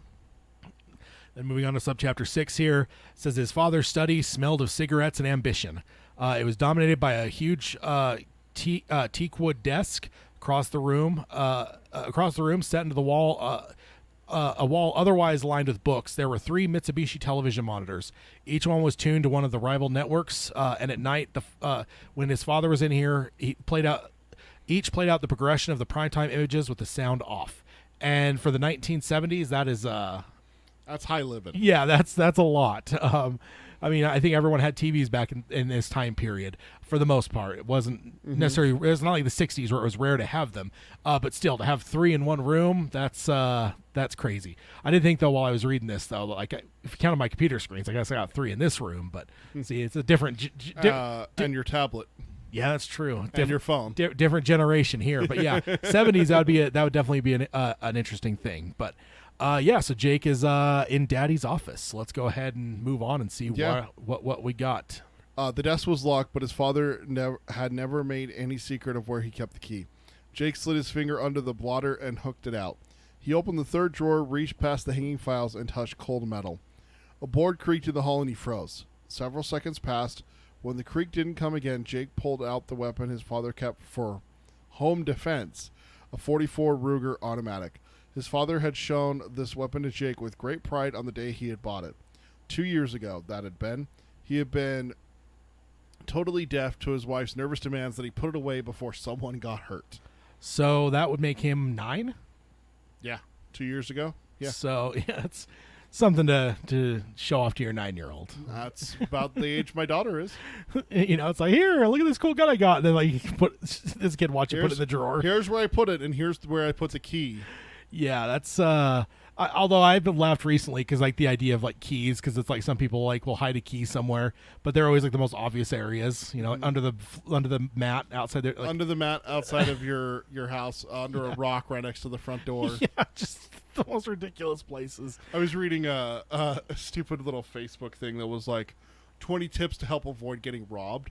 That was like 3 of them were like, don't put your key in an obvious place. Like, don't put it under the mat. Don't put it under a rock. Don't put it under anything near your front door. You know what you do? Wait, do people actually do this? Yeah, they do. Like, my parents were smart. They had a hide-a-key system because we have a shed around back. They had a hide-a-key system where it's like, you could like magnetize it. Yeah. We actually did it where for a while there it was magnetized like on the backside of a rain gutter in between the shed and the house. So like you had to know it was there to find it. Yeah. And it wasn't in like a, like you could just like reach. It was like normal standing level. It was like down where like a kid could easily reach down to get it. Yeah. So it was just like something like that. And I'm just like, seriously, people just like put them under rocks. No, you know what you should do? I always thought it was just in the movies. No, you know what you need to do though? Even if you get the wrong key, then you put it under the mat, but you super glue it down to the concrete. There's a so somebody's there's a like prank trying to show. Somebody's trying to pick it up and it's like stuck to the thing. There's a there. prank show that did that with like a iPhone, where they put it down, like they put the phone down and they glued it to the concrete. Yeah. And so people would come along and try to pick it up, and it was Yeah. a bunch of people fell over. Oh 'cause yeah, dude. They thought they could just pick it up and keep But going. imagine how much worse it is with a key, how small that is. Yeah. And you're trying to like get the leverage to pick it up. I think it'd be hilarious. But yes, moving on here. It says he stuffed the automatic down the bottom of his pack, then felt behind the hanging files again. This time he brought out a box of shells about half full, which in my mind, generally a box is 50. Yep. So he's got 25. That makes me nervous. Just that doesn't sound like a lot. Nope. Yeah, I don't know. That's that kind of stuff. Like just like with Roland, right? When he was getting the shells in the third door, I was just like, "Are you getting enough, man? You better be getting enough." Like, Yeah. I don't want to see you running out at some point in the future here. Like, I don't want to see that. Then it says he remembered his father had done some target shooting at the police range on First Avenue before losing interest. So yeah, Probably wasn't that good. yeah, it's just like, yeah, his dad is something else so far from what we've heard about him. So let's see, what do you got next here? A little ways down. Okay, go ahead. So he gets out the door and shuts it behind him. A stone seemed to roll off his heart as the latch snicked, and a strong sense of anticipation seized him. He didn't know what lay ahead, and he had reason to believe it would be dangerous. Well, yeah, the kid told you it would be. the floating eyeball kid. Yeah. But he was 11 years old, too young to deny the exotic delight which suddenly filled him. There was a highway ahead, a hidden highway leading deep into some unknown land. There were secrets which might disclose themselves to him if he was clever, and if he was lucky, he had left his home in the long light of dawn. And what lay ahead was some great adventure. If I can be true, I'll see the rose, he thought as he pushed the button for the elevator. I know it, and I'll see him too. This thought filled him with an eagerness so great it was almost ecstasy. Indeed. Yeah, that's definitely, probably a lot easier for a kid to come to that Hobbit-like adventure. I'm going on an adventure. Yeah, that kind of thing. But no, I like that. I will say I do want to take a step back because I think I grabbed a note that I didn't put on the thing apparently. Oh, okay. And it's a good one too because it's talking about at his desk. He grabs some stationery. There's some sunglasses. He grabs the sunglasses, and then on the stationery writes "Dear Dad and Mom" beneath the letterhead. Then it says he stopped, frowning at the salutation. What went below it? What exactly did he have to say? That he loved them? It was true, but it wasn't enough. There were all sorts of other unpleasant truths stuck through that central one, like steel needles jabbed into a ball of yarn. That he would miss them. He didn't know if that was true or not, but which was sort of horrible. Let's see, that he hoped that they would miss him. Then it says he suddenly realized that what the problem was. If he were planning to be gone just today, he would be able to write something. But he felt a near certainty that it wasn't just today, or this week, or this month, or this summer. He had an idea that when he walked out of the apartment this time, it would be for good. He almost crumpled a sheet of paper, then changed his mind and wrote, "Please take care of yourselves. Loved, Jay." That was pretty limp, but at least it was something. I just think that's a huge insight into the character because we've obviously seen a lot about his relationship with his parents. So to cap it with this is that's a tough one. Yeah. You know, like just going through that just kind of shows further kind of almost how he sees the relationship, right? Because I think so much of what we've seen so far has been like third person narration that's telling us like, you know, oh, and Jake's dad this and Jake's mom this, and like we did see a little bit with that blow up when he comes home late and stuff. Yeah. And then of course Greta Shaw was the one that was the broker, the peace broker there. But so we saw a little bit, but this is the first time that I think that we're seeing him actually grappling with like this relationship. Yeah. And I just find it fascinating to see. Of course, yeah. Because again, we don't necessarily empathize with him, or we don't share this with him with our relationship with our parents. So it's definitely different. It would be different for us, I think. And so it's definitely, again, we understand a lot about the relationship, but it's kind of cool to see him actually kind of coming to grips with it in some way and trying to like understand it a little bit, because this is goodbye basically. Like he's done. And I will say too, the first time reading it and beyond with this whole note, I did wonder if we would get a chapter or something to jump back and show his parents at some point, because I'm the same way. Like we know he's moving on here. Like chances are he's never going to see home again. Like he said the same thing when he was leaving school, right? It's like this is it. I'm done with school now. Like so we've been getting this sense that like it's certainly he's to a point where things are changing. But I've always wondered like what do his parents think when they wake up and they see this note, and then they're supposedly, I mean, we don't know for sure with where we're at right now, but if our assumptions are correct, they're never going to see their kid again. So it's like, that's I don't know. I just think of like, what would the Unsolved Crimes podcast be, talking about this kid that disappeared from the executive, you know, like this kid that disappeared I think in the 70s, you know, at the point, at a certain point, the story's going to shift from, oh, did someone take him to do a ransom, to, well, wait, what was wrong with this kid? Because at that point, maybe the final essay gets a different light shined on it, you know? Yeah, the final essay. And even just that note, it's like, you know, please take care of yourselves. Like that does make it sound more like a runaway.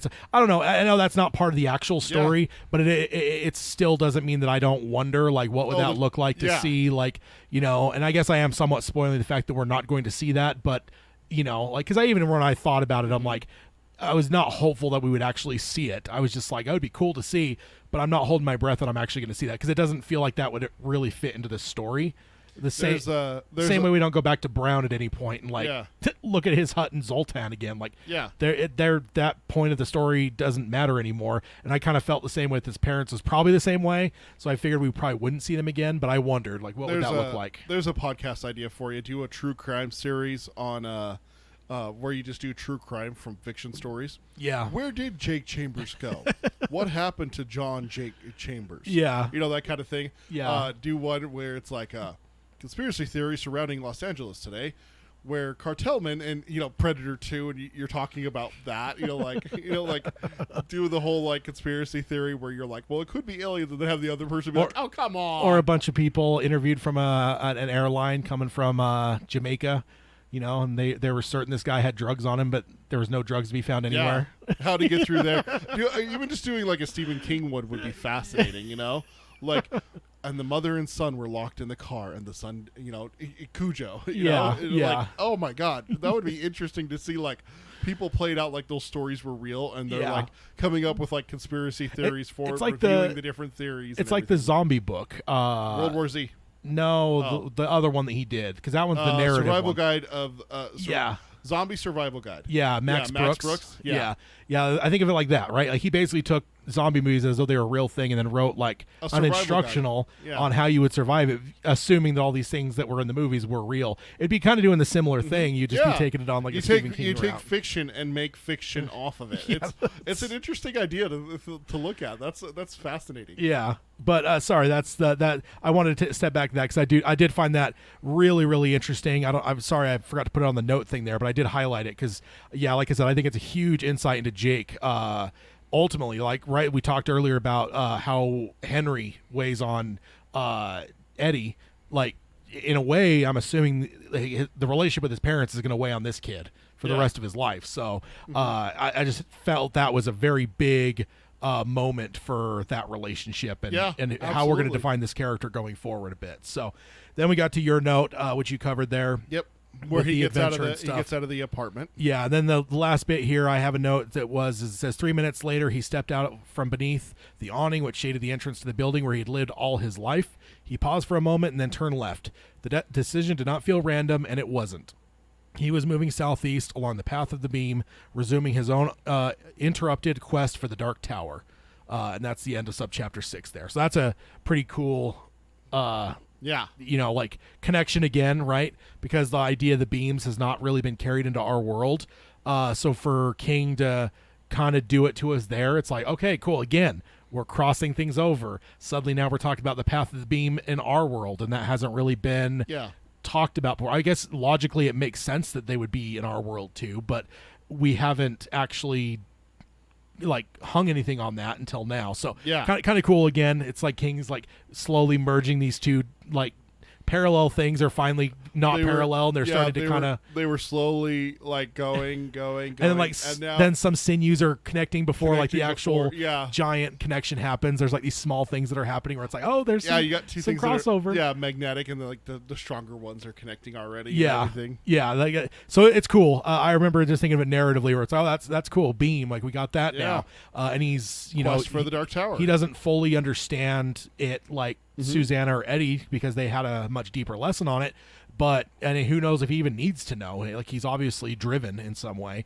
and he's driven on the path of the beam, so that's really cool. I thought that was fun. Fun little crossing over there. So jumping into subchapter 7, I'm actually going to go back a little bit from the note that we have marked, because I think this is interesting. 2 days after Eddie had given Roland his unfinished key, so that's the reason why I wanted to jump back, because it gives us a time frame. So we already had 8 days from the previous time, and now it's 2 more days, so we got 10 days there. From basically when they left camp, roughly, is what the days are? I think so, yeah. Okay. The 3 travelers, hot, sweaty, tired, and out of sorts, pushed through a particularly tenacious tangle of bushes and second-growth trees and discovered that what first appeared to be 2 faint paths running in tandem beneath the interlacing branches of the old trees crowding close on either side. After a few moments of study, Eddie decided they weren't just paths, but the remains of a long-abandoned road. Bushes and stunted trees grew like untidy quills around what had been its crown. The grassy indentations. There it is. Indentations. Did it cross lines on you there? Yeah. Were wheel ruts, and either of them were wide enough to accommodate Susanna's wheelchair. Hallelujah, he cried. Let's drink to it. I mean, I'm just as happy as Eddie there, because, again, that was one of the things you had a problem with. One of my biggest paranoias is, like, how the hell are you going to deal with a wheelchair in this world? Like, this isn't, there's no, this isn't even, like, paved roads you're dealing with. You're, like, in, like, shrubberies and woods and whatnot. Like, this is not a friendly area. So not a place that you usually take wheelchairs.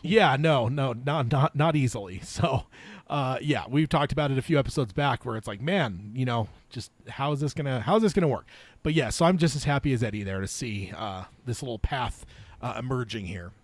And I got the next note too. Next note as well. A little bit further on, they're moving, and up ahead, a large creature that looked like a badger crossed with a raccoon ambled out of the woods. It looked at them with its large gold-rimmed eyes, twitched its sharp, whiskery snout as to say, "Huh, big deal." Then strolled the rest of the way across the road and disappeared again. Before it did, Eddie noted its tail, long and closely coiled. It looked like a fur-covered bed spring. What was that? So it's like Roll? a pigtail. That's what I picture too. Yeah. But it's fur-covered. Yeah, So yeah. hairless. What was that, Roland? A billy bumbler. No good to eat? Roland shook his head. Tough, sour. I'd rather eat dog. Have you? Susanna asked. Eaten dog, I mean? Roland nodded, but did not elaborate. Eddie found himself thinking of a line from an old Paul Newman movie. That's right, lady. Eat 'em and live like one. I just picture like there's an indignant tone in Susanna's voice. Like it's not written there that it's there. Like, have you? Like, I just feel like there's like, or, I don't know, just like maybe not indignant. There's just, I feel like there's, in my mind when I read that, there's like a, almost like a not even just a disbelief, but almost like a revulsion. Yeah, you know, like I don't know. It's funny because I'm reading into it Yeah. obviously because it just says Susanna asked. It doesn't say what how she said it, but that's how I read it because that's probably how too. I would think it. It's like, you've eaten a dog. Yeah. Like, Well, it's funny because like it's something that's come up recently for me is that it's an American thing to be squeamish when other countries eat other animals. Like me and my wife were having a discussion last night about something that I'm not going to go into because it's not part of the show, but found out that there are countries that eat horses. yeah. And to me, that's that's horrifying. Horses are one of those no-no animals. you Yeah. know? Dogs, cats, horses. You don't Yeah. eat those. Yeah. Cows, yes. Chickens, of course. Pigs, delicious. But horses, dogs, and cats, no, those are pets. It reminds me of a Brother Where Art Thou when they're at the one dude's brother's and they end up realizing they were eating his horse. Oh yeah. He's like, he calls him like horse eating scum or something later on. I Yeah. just when you talk about eating horses, that's all that's going to come to mind for me as a Brother Where Art Well, Thou. because it's even funny because even we were talking about this before we went live is that I'm playing Red Dead Redemption again. Red Dead Redemption 2. If you kill a horse in that game, which you can because you have the ability to be a monster. Yeah, the only thing you can't kill is kids. You cannot kill any of the four couple kids. It's usually the Yeah. kid like hawking newspapers. Like, There's the one kid in Emerald Ranch that abuses his dog, and he's the one kid that I wish I could do something to. He admits that he full on beats his dog within an inch of her life, and you're like, you little shit. And he just runs away from you. You can't tie him up, you can't shoot him or anything. It's just like, you little shit.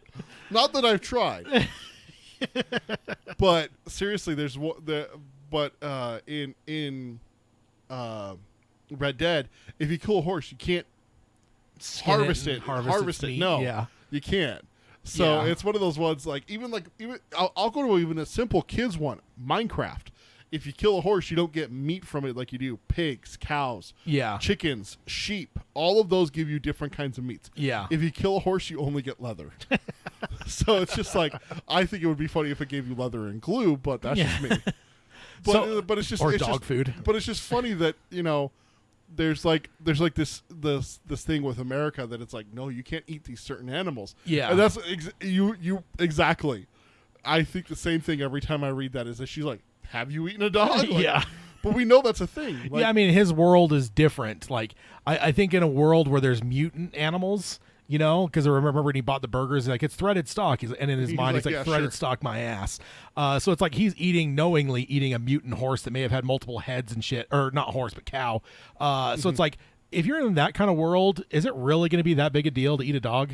Let alone the fact, like, is meat going to be that much more plentiful in this world? Like, I just think, like, there comes a realm where, like, I'm trying to think, like, Mad Max. He's eating bugs and shit. Like, you don't have any pretension when there's almost nothing that exists anymore. So, I will say with this, what I find interesting, too, is we have learned very little about animals in this world. Mm-hmm. We got lobstrosities.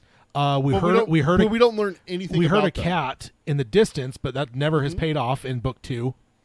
Shardik the bear, which was a cyborg. That was a cyborg, so that doesn't count. But, like, in general, it's interesting because what I find interesting about this is we just haven't seen a lot of animals. Like, we saw Zoltan in the first book.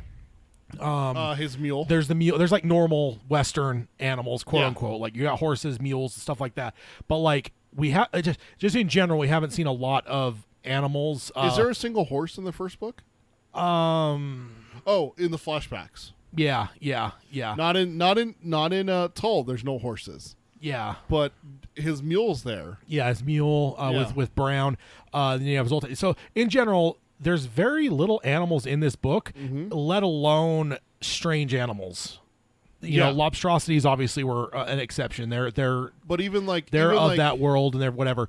But like, yeah, But the only thing that you come across is that I think they mention a rabbit. That Roland kills a rabbit in book 1 with Jake. He kills a rabbit, and then they've been killing deer to hides and stuff like that. Yeah. So they don't go out of their way to point out animals. Not a but lot. They're also not, not pointing them yeah. out. There's subtle references. Yeah, it's not like they don't exist at all. But overall, we haven't seen a lot of them mentioned in a big way. Yeah. And also, outside of lobstrosities, this is the first time we're seeing something very unique to this world. Exactly. I mean, I guess Zoltan, those birds in our As a world crow. don't talk. Yeah. But they don't talk like Zoltan does. Yeah. So I just find it interesting because this stands out to me because of that. Like, cool, we haven't really spent, this is what, maybe 2 paragraphs, even though some of it's broken up because of dialogue. Yeah. This is maybe 2 paragraphs worth of content over this animal that we've never seen, kind of animal we've never seen before or heard of because it's not from our world. Outside of lobstrosities, this is the first time, especially that it's been unique. Everything else has been like, oh, a mule, oh, a crow, like whatever. So I just found it notable because King's done a lot to build this world out for us. And that is one area that I think, and this is even the first time I read this, I was like, because I remember the cat. I was waiting for that cat to pay off in book 2. You heard that cat howl in the distance and stuff. So it's like, okay, cool. Like now there's also some other predators. Like not cool because it's like shit, King. Like there's already enough going on here. But at the same time, I expect it. And even here, I remember carrying into this book where I'm like, okay, we heard a cat in the distance, and it was kind of like not in the beach area, but kind of up the mountain, up the hills, like, which is where now they've moved. So like even in the back of my head, I'm like, are we eventually going to run into some fucking horrific? Is it going to be just a mountain lion or is it going to be something of his world? So in general, this brought me back to that idea of like, holy shit, like this is kind of unique. We haven't seen a lot of this. Lobstrosities, but they were also very crucial to the plot. Without lobstrosities, Roland has many fingers. And without lobstrosities, we have no Eddie. No poisoning. I mean, yeah, there's a lot that you need those guys for. So yeah, definitely kind of an interesting thing, and I love it because it's something brand new, something we've never seen before. It's not just one of our animals, let alone our animals that are mutated too, right? We've heard about some of the muty animals too. So kind of cool to see something new and expand this universe further. Okay, then going on here, it says they're again about moving to the road here, moving past the animal that is worse to eat than dog. Who made this road? Eddie asked. People who have been gone a long time, Roland said. The same ones who made the cups and dishes we found, Susanna asked. No, not them. This used to be a coach road. I imagine if it's still here after all these years of neglect, it must have been a great one indeed. Perhaps the great road. If we dug down, I imagine we'd find the gravel under surface and maybe the drainage system as well.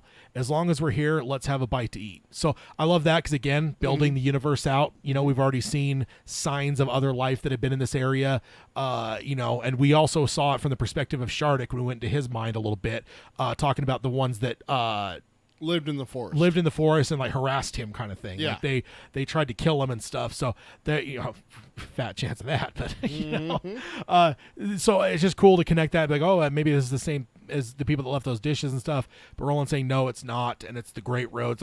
There's just a lot built into there. There's not a lot of unfolding this information. Yeah. But me, we've talked about how much I love like the greater universe stuff. Like I am titillated by this. I'm like, I want more. Yeah, Tell me more about this great road. So even though it has nothing to do with the story, it fascinates me for sure to be like, who built this road? Because it reminds me of the Romans, right? After when Roman Empire falls, you go into the Dark Ages, and there's people that 100 years, 200 years later come across a Roman statue or building, and they're like, giants must have built this. One of their arches where they had water flowing over a road. And there's people that are like further in history, and they see it, and they're like, giants must have existed, must have built this. Because this is from ancient times. Yeah, people like us could not build this. This literally would have had to have been someone that was 20 feet tall. And that's how they perceived the Roman Empire.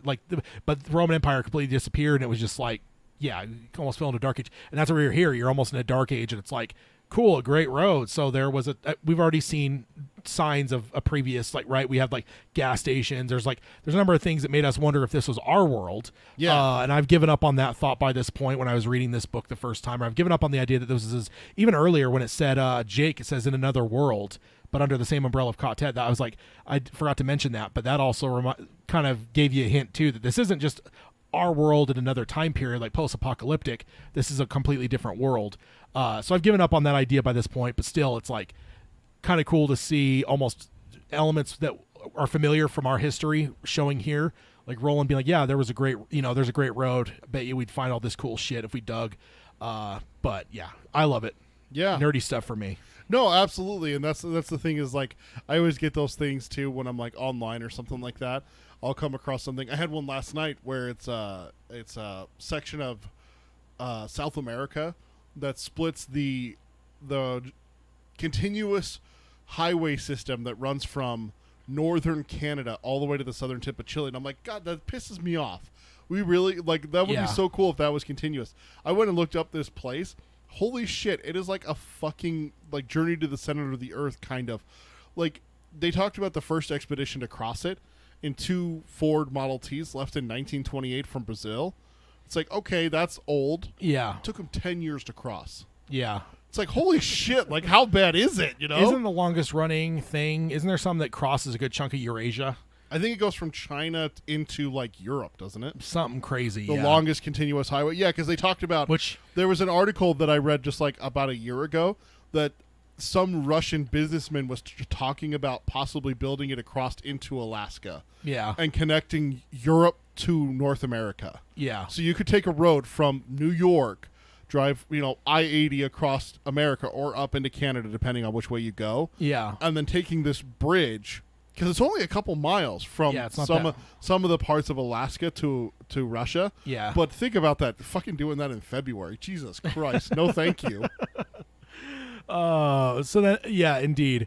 So then further on here, I have another note. I have 2 in a row here. It says, when Eddie turned back, Roland was holding out 3 of the wrapped pieces of meat to him and something else as well. It was a chunk of ash with the key growing out of it. Roland had taken it off the rawhide string that was now laying in an open loop around his neck. Let's see. And then it says, hey, you need that, don't you? Eddie asked. When I take it off, the voices return, but they are very distant, Roland said. I can deal with them. Actually, I hear them even when I'm wearing it, like the voices of men who are speaking over the next hill. I think that that's because the key is yet unfinished. You haven't worked on it since you gave it to me. Well, you are wearing it. I didn't want to. Roland said nothing, but his faded blue eyes regarded Eddie with a patient teacher's look. So I love that. Not only it matches what we found with Jake, right? Jake put the key down because it's like, when I put it down, the voices are quiet, and I know the key is right over there. I can grab it again if I had to. Yeah. It puts him back in control. He's not out of control with the voices now. So Roland's saying the same thing essentially, but I also love the fact that it says that he actually still hears them, like men speaking low over the next hill, which that's superhuman, right? Like, yeah. Like for Roland to be able to hear people basically whispering over a hill, like that's right? Like superhuman, right? Like that's not real. And in our reality, there's no such ability to hear that keenly. But then again, this is the guy that was able to wake up because someone's breathing changed, and he knew they woke up, so he woke up immediately.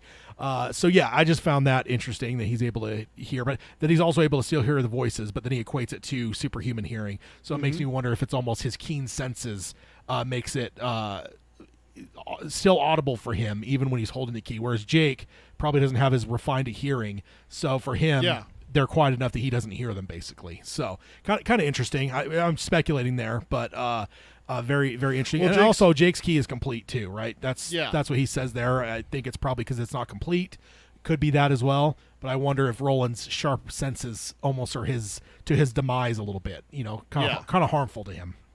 So, that's the note I have there. But I think you're taking over here as Roland kind of doesn't say anything, but just kind of gives. And I almost think it says like the faded blue eyes regarded Eddie with the patient teacher's look. I almost picture it like kind of like giving him the eyes like, come on, man, come on, don't bullshit me.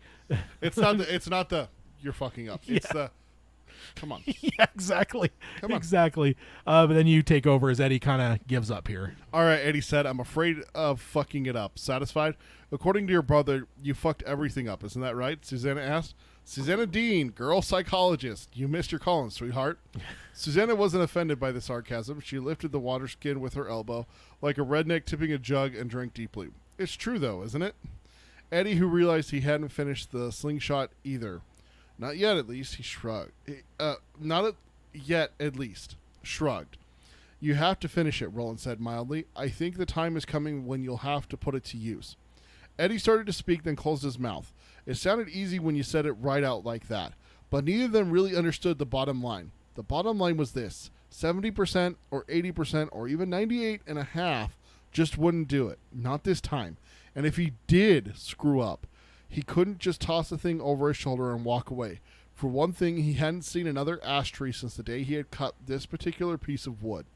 But mostly the thing that was fucking him up was just this. It was all or nothing. If he messed up even a little, the key wouldn't turn when they needed it to turn, and he was increasingly nervous about that little squiggle at the end. It looked simple, but if the curves weren't exactly right. It won't work the way it is now, though. That much you do know. So I highlighted this whole part because this is a thing that we actually talked about this earlier in the episode. This is Eddie having that internal struggle, that self-doubt and everything. Yeah. I loved this part because it shows him overcoming that just in a few seconds. Like having that. This is what was missing from earlier when he was hesitating. Yeah. Is this conversation with himself of like, well, yes, I'm scared. Here's the reasons why. Let me lay it out for you. Even though who I'm talking to is me, and you already know this, I'm still going to lay it out for you because that's how I handled this. Yeah. He didn't do that earlier. For this one, he's more worried about it. Yeah. And I understand that. Can you imagine having the responsibility of this where it's, hey, it's all or nothing. Yeah. There is no redos. There is no quick save to go back to. Yeah. You get one shot. Yeah, especially because, as Susanna is pointing out very aptly here, from his mind, he probably thinks that he fucks everything up because that's what Henry pounded into him for years. So that's that mental damage, because he says, according to your brother, you fucked everything up. Isn't that right? So the fact that he's conveying that, even if that isn't full on reality, that's how he perceives the reality.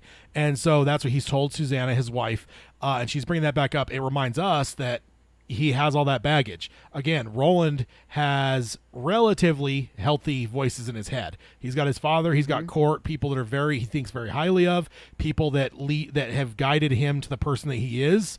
Eddie has someone that's done nothing but break him down his whole life. So that's a much more destructive voice to have. So he has this, I think we've all been there in some way. I don't know if any of us have necessarily had that same kind of all or nothing, like 98.5% isn't good enough. Most of us have probably never faced that. That's pretty extreme. Most of us, if you've had something big that you've had to deal with, you've probably had some leeway. Like you have to give a big presentation or something. Like it doesn't have to be exact. You just have to get it right. Yeah, when you look at the like taking like the SATs here in America and everything like that. Yes, it's a big deal, but you're not going to outright fail, and they're not going to be like, well, that's it. You're locked away in prison for the rest of your life. Yeah. It's still, it still is what it is. Yeah, you can retake it or whatever. So exactly. Yeah. So yeah, the whole all or nothing idea is like terrifying. It could be probably paralyzingly scary, let alone the damage that Eddie has from his brother. That's a big thing. And I just think that King is brilliant in writing the way that he does to have Susanna recap it that way, because it reminds us as readers that, like, hey, don't forget, Eddie has this baggage. Like, don't forget, the one that he thinks most highly of is his brother, and his brother did nothing but shit on him his whole life. So that has to add to all this. Yeah. That'd be terrible. I mean, because I imagine that's what, like, a neurosurgeon probably faces, right? Like, you have to do it right or the person dies. Yeah. Or a heart surgeon, someone doing a heart transplant, whatever. Like, it's perfect or it's your patient's dead. Like there are people that do deal with that kind of like the stuff. Stephen Strange's kind of surgeries, Yeah, like where he's like so focused on getting the bullet out of that first patient, second patient, like the one that the female doctor comes up and is like, hey, I need you've already declared him brain dead. He's like, well, he's not. Let me go save him. Yeah. He's like, hey, can you cover your watch? Like, the guy has to Yeah. physically cover his watch to muffle the sound because it's that. Yes. Yeah. If he deviates a centimeter, Yeah. that patient dies. Yeah, so that's what you're talking about here with Eddie, is that he has no leeway. Yeah, and exactly. There's no wiggle room. You got to do 100%. And what I'm saying is most of us probably haven't faced that, but there are people that do. Yeah. You know, I mean, I think of but even people but that are building stuff for aerospace, Yeah. like the space shuttle stuff. Like But you even- either do it right or that shit blows up in the fucking sky in front of children that Right. are watching on TV. Like, But even so, you gotta like get the that right. doctors, here's the thing with the doctors, okay? So let's say that, their hand does slip, or the guy doesn't cover his watch and he doesn't ask him to, and the patient does die. Well, sorry, that patient died. On with my life. That's the thing, is that doctor still goes on with his life and everything like that. And he doesn't know what's going to happen here. Yeah. Imagine performing the surgery, and if you let the patient die, you don't know what the consequences are going to be. Yeah. Are they going to kill your wife? like, Are they going to kill you? There's an episode of MASH where the one soldier holds the whole hospital at gunpoint to get his buddy worked on. Yeah. And so Hawkeye and them are like, this is there's a lot of stress involved because the dude's losing his buddy's outside with a fucking rifle that he's ready to shoot everyone if his buddy doesn't survive. So it's yeah, you can't lose on that one. No. You have to do right on this one because imagine you this guy will probably kill you if you fail. Yeah, and the problem, the biggest thing here for Eddie, what I'm saying is that he doesn't know what those Yeah, consequences no, are it's gonna all be. blind for sure. It's completely blind. It's like, imagine if Hawkeye was just dropped into the surgery and being like, hey, if you don't complete this surgery and this patient doesn't survive, something bad is going to happen. What? You'll have to find out if you fail. Yeah. Do you want to risk that? I mean, you're in the middle of a war zone. Do you want to risk that? That kind Yeah. of thing. Like, that's shit. That's so heavy. Yeah. Indeed. But it's rough, man. Eddie's a very well crafted character. I got to hand it to King across the board, man. We were talking about it on our Discord on the Patreon side, talking about the newer books a little bit in there. And it's just with short stories, it's like, dude, how much does it suck that King writes such good characters? Because we were talking about, was it later? Yeah, we were talking about it in the Discord because it was so short. Yeah, because I was mentioning what is it, 6 hours? It's God, I wish. I was I wanted this to be a full fucking 20-hour novel just because I love the characters so much. And it's that's a shitty thing, is that King always writes these good characters, and even when you write a short story, there's times where you hit a character, you're just dude, I want this character for a full novel. And I will give it to him. Not that he writes bad characters, but there's characters that just don't click with me as much. Yeah. There's sometimes I hit a character, I'm I'm glad this is a short story, and I'm glad that I only got 20 more minutes of this, and I move on to the next character. Yeah. Because it just isn't for me. Not that it's a bad character, it's just not for me. And I just think that overall, he's done a great job building all these characters, because, we understand Eddie and where he's coming from and what's made him who he is in this moment. And, King's reminding us gently with Susanna there. Let me see where we got with our notes here. All right. Almost lost my space. A little bit further down here, it says Eddie's talking about, Susanna mentions, something's going to happen. Eddie says, what makes you say that? She says, I sleep with you, Eddie. I know you dream every night now. Sometimes you talk too. They don't seem like nightmares exactly, but it's pretty clear that something is going on inside your head. And he says, yes, something is. I just don't know what. And then this is where I had the note. I should have probably added more to that. Dreams are powerful, Roland remarked. You don't remember the ones you're having at all? Eddie hesitated. A little, but they're confused. I'm a kid again. I know that much. It's after school. Henry and I are shooting hoops at the old Marquee Avenue playground where the juvenile court building is now. I want Henry to take me to see a place over in Dutch Hill, an old house. The kids used to call it the mansion, and everyone said it was haunted.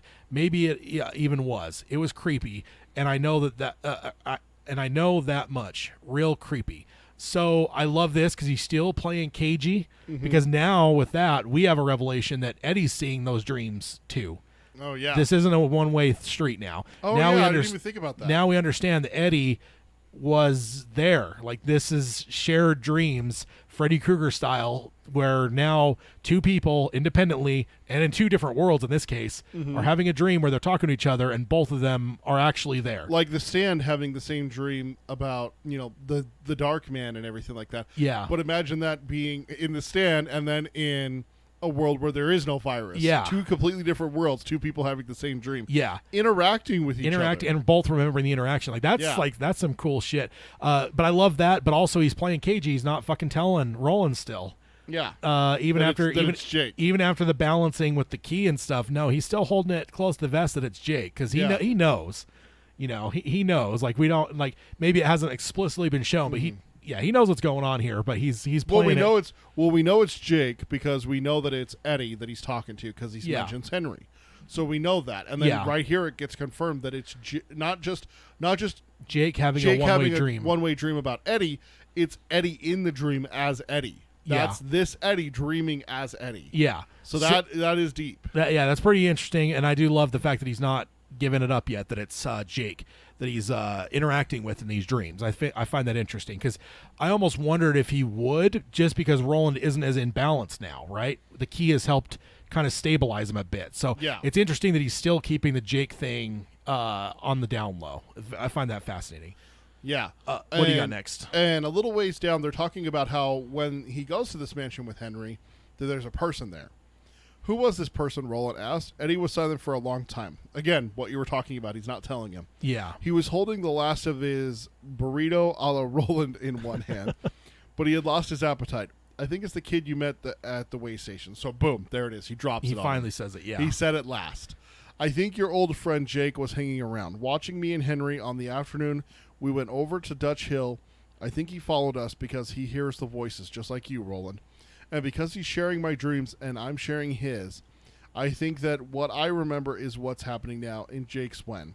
The kid is trying to come back here, and if the key isn't done when he makes his move, or if it's done wrong, he's probably going to die. Okay, so now what I was talking about with the surgeon not knowing, there it is. There's now the friend. He knows. There's the friend busting in and saying, "Okay, if you let my friend die, I'm killing everyone here." Yeah, but here's the thing too: if Jake dies in Eddie's mind, does that mean that Roland's now going to be unhitched, not freed? But because again, they talked about it earlier. Like Roland, there's a big responsibility here. This is your world. We're here and we're at your mercy. If you die, we're fucked. Yeah, you know, and so that's got to be in Eddie's mind here a bit, where it's just like if he does fail here and Jake dies, will that completely destroy Roland? Yeah, you know? Exactly. And if he does, that means that Susan and I are dead. Yeah, we're fucked. Yeah, this is like world ending, not like actual world ending, but for him, the world that he knows is on the line here with this key.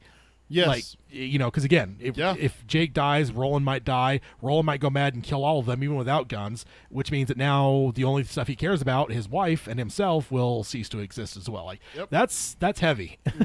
Let's make it even worse. Roland said, maybe he has a key of his own. Is that possible? Yeah, I think it is, Eddie said. But it isn't enough. He sighed and stuck the last burrito in his pocket for later.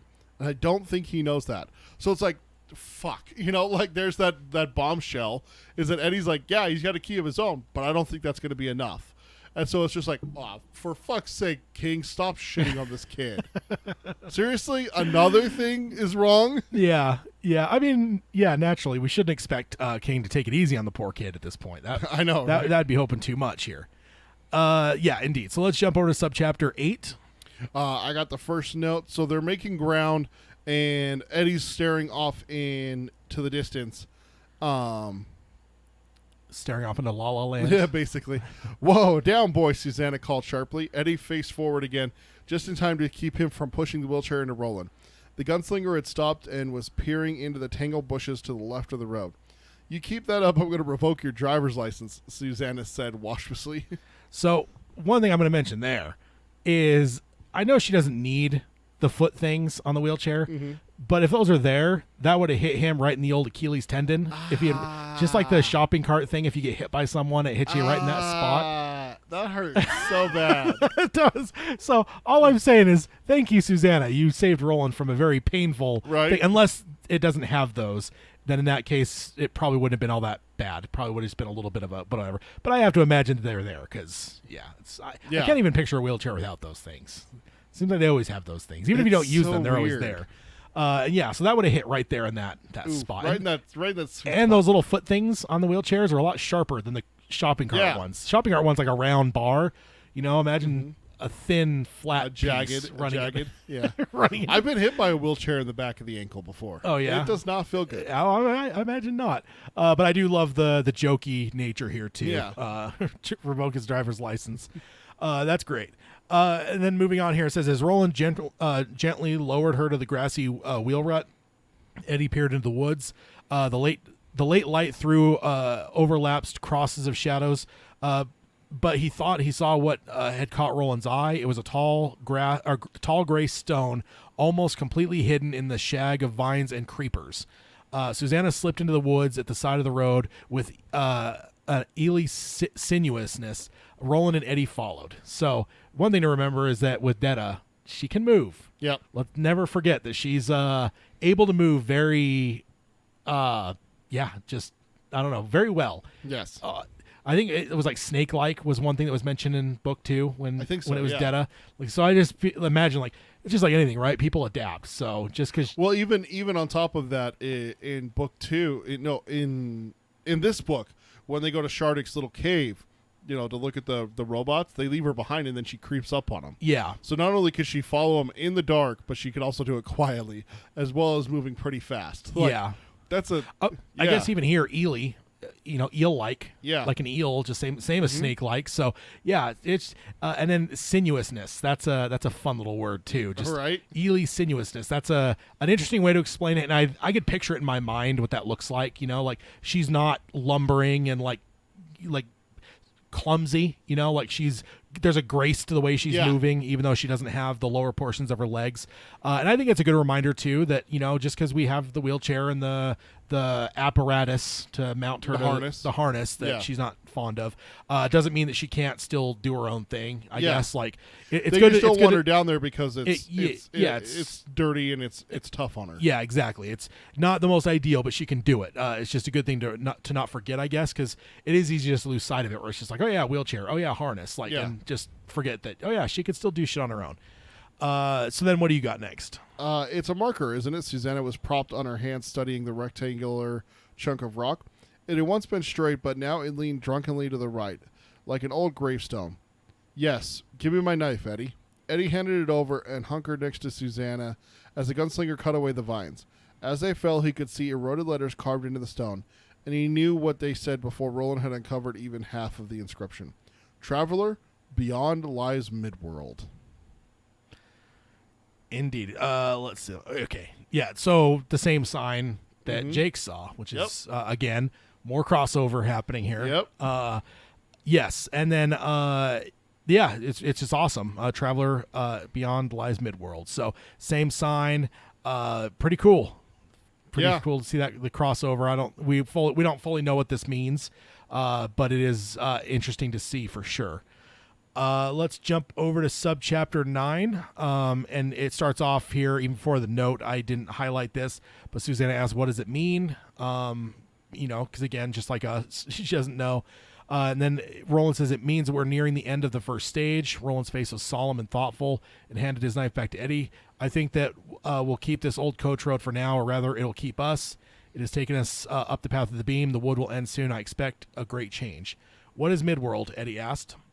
One of the largest kingdoms which dominated the earth in the times before these. A kingdom of hope and knowledge and light. The sort of thing we were trying to hold on to in my land before the darkness overtook us as well. Someday, if there's time, I'll tell you the old stories, the ones that I know at least. They form a large tapestry, one which is beautiful but very sad. According to the old tales, the great city once stood at the edge of Midworld, perhaps as great as your city of New York. It will be in ruins now, if it still exists at all, but there may be people, or monsters, or both. We have to be on our guard. He reached out his two-fingered right hand and touched the inscription. Midworld, he said low, in a low meditative voice. Who would have thought? He trailed off. Well, there's no help for it. Or there's no help for it, is there? Eddie asked. The gunslinger shook his head. No help. Caw, Susanna said suddenly, and they both looked at her. So that's the end of the subchapter there. Yeah. So, again, I'm loving that kind of stuff because it's kind of poetic and it's very vague, but it is world building. There's a city. There's a city as well. Yeah. But also it does give you kind of a little bit of an insight into the past. Not much. It's just, like I said, it's very poetic, but it is kind of a glimpse at what the past would have been, even outside of Roland's time. Roland, before everything fell, they were still on the fringes of it. We've kind of got that sense that the world was moving on, when Roland is born. So it's not like he lived in this great time. He lived on the very fringes of it, and then it went to hell, and that's most of his existence now.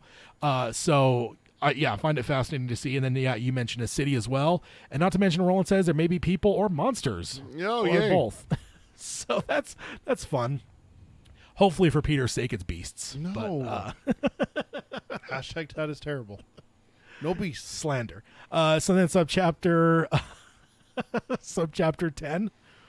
So they're continuing down the road. Twice they passed the shells of long deserted buildings.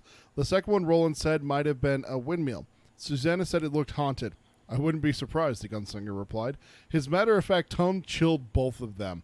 And that's something that I had to highlight that because that's just something that, you know, when you're dealing with a world that you're not familiar with, to find out that something might be haunted, and the guy's like, yeah, probably. Yeah. Yeah, probably. Yeah, Roland's done that a few times where he's just like passively mentioned something where it's like on our end we're like, wait, Terrifying. what? Wait, huh? Excuse me. Like that I'm sorry, meme. Excuse me, what? Like that meme, the what? Yeah. I do have to say, just because again we've talked about Eddie's character a lot. The one back I forgot to put on the notes, but a little just a passing thing here. It says nearby a dozen fat Billy Bumblers sat upon the ruins, watching the pilgrims with their odd gold ring eyes. To Eddie, they looked like a jury with hanging on its mind. I love that because that is just so Eddie. Like Yeah. even if it hadn't said to Eddie, they look. If it would have just said a single sentence, it would have said, you know, these Billy Bumpers, they looked like a jury with hanging on the mind. I would have said that's Eddie. Like that just sounds like something. There's just like a, I don't know, like a morose like nature to that. Like this is the fact that like I don't know, it just. There's no other way to say it. It's Eddie's voice like that. Yeah. And I know it says it's Eddie, but even if it hadn't said that, I had to point that out because it made me laugh because it's like, that is just so Eddie. Like Susanna wouldn't have said that. Roland probably wouldn't, like he noticed them obviously because it's Roland. Yeah. And he's superhuman to us. But he doesn't give him a second thought. Like it's just like, oh, it's no different than a rock that we're passing. Like just stupid animals.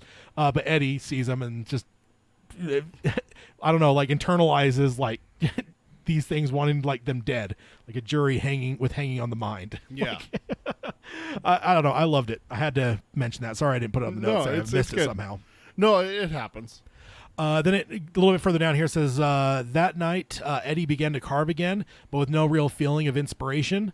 The confidence and happiness he felt as the key first began to take shape had left him. His fingers felt clumsy and stupid. For the first time in months, he thought longingly of how good it would it be to have some heroin. Not a lot. He felt sure that a nickel bag and a rolled-up dollar bill would send him flying through the little carving project in no time flat. So that cracked me up because from the creative side, I'm sure King feels some of that. You know, like when you first start a project, it's all, you know, you got all the pep. Gung ho. Yeah, but then at a certain point, you hit a part in the project, and it just suddenly is more of a chore than joy. And I'm sure King has got some self written into that little statement there. Yeah. So it would be my imagination. It would be my thought. But then what do you got next here? So it's right towards the end of subchapter 10 here. Please God help me not to fuck this up, he thought. But he was terribly afraid that he had already begun to do just that. At last he gave up, returned the key, which he had barely changed at all, to the gunslinger and curled up beneath one of the hides. 5 minutes later, the dream about the boy and the old Marquee Avenue playground had begun to unspool again. So he's terrified that he's messing it up and doesn't do a lot. Yeah. So yeah, it's the weight of the whole thing, right? Like it's weighing on him, and it's going to make it harder to deal with working on it when you have all that pressure. It's the reason that, you know, people talk about sports people and stuff. Oh man, like he made that throw 100 times this year. Why did he miss that one? Well, the pressure was probably different. You know, there's a lot going on there. Different scenario. Yeah, the game was on the line that time. Yeah, exactly. Or like a kicker. It's like that dude can, you know, in pregame, the kicker can kick a 75-yard field goal. Well, he also doesn't send him out there to kick a 35-yarder and he misses. Yeah, it's like he doesn't have 11 people trying to kill him, you know, when he's practicing. But then two, it's different when there's no fans, there's no pressure. It's just you're doing it for fun. It's a whole different game. Suddenly when there's pressure, that's when shit happens. Yeah. So that's where we're going to stop. I figured that would get us to our normal time, and it did. Was no doubt there that, well, there's sometimes doubt, but it usually works out. So yeah, that's where we'll leave it off. So that'll leave us with subchapter 11, which is where we jump back to Jake. When we come back, where is my calendar? I'll pull up the calendar here. When we come back on the 25th of September, which is when we will be back again for a book club.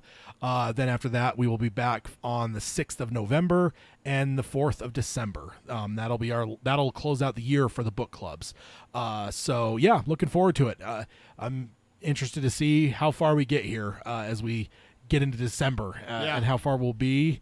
We're currently now actually 37%. I'm actually surprised. That's a lot. That's good. Yeah, we've done a lot here. Maybe we'll get through this book quicker than we thought. No. 37%. That's not. In my mind, I thought I'd look down at the percentages just now, and I thought I'd see like 20%. Yeah. So we're a little bit further than just my gut had told me, just the rate we generally go. So we're doing good. But yeah, that'll be what we got coming up. But then obviously in a fortnight from now, we will be back for Roundtable 110. Probably have a ton to cover on that one. Yeah, we got a lot of news too. We had a big gap there where we didn't record, as well as having Jeremy on last time and a book club this time. So we got news to cover, but we will not short out on the top 10 King Kids. So if you have your list, make sure those are sent into the email, as well as if you don't have your list yet, go ahead and start making them. Yeah. Our rules are they have to be 15 years or younger. That is what we're defining as kids, because we're kind of wanting like non-independent kids that are at the mercy of other people. When kids are in high school, like Artie and Christine. Yeah. He's a kid by law and everything, but like he has a car, he has a job, he's doing his own thing, smuggling drugs for a criminal, at a local syndicate. Like that's not a kid. That's not the kid the same way we're talking. So 15 years or younger, in a Stephen King thing. And it doesn't have to be a kid throughout. Will Dearborn obviously has adult parts of him with it, but Will Dearborn the kid does exist. I don't know who you're talking about there. That's not a name from It though. Bill. Will Dearborn? His name is William.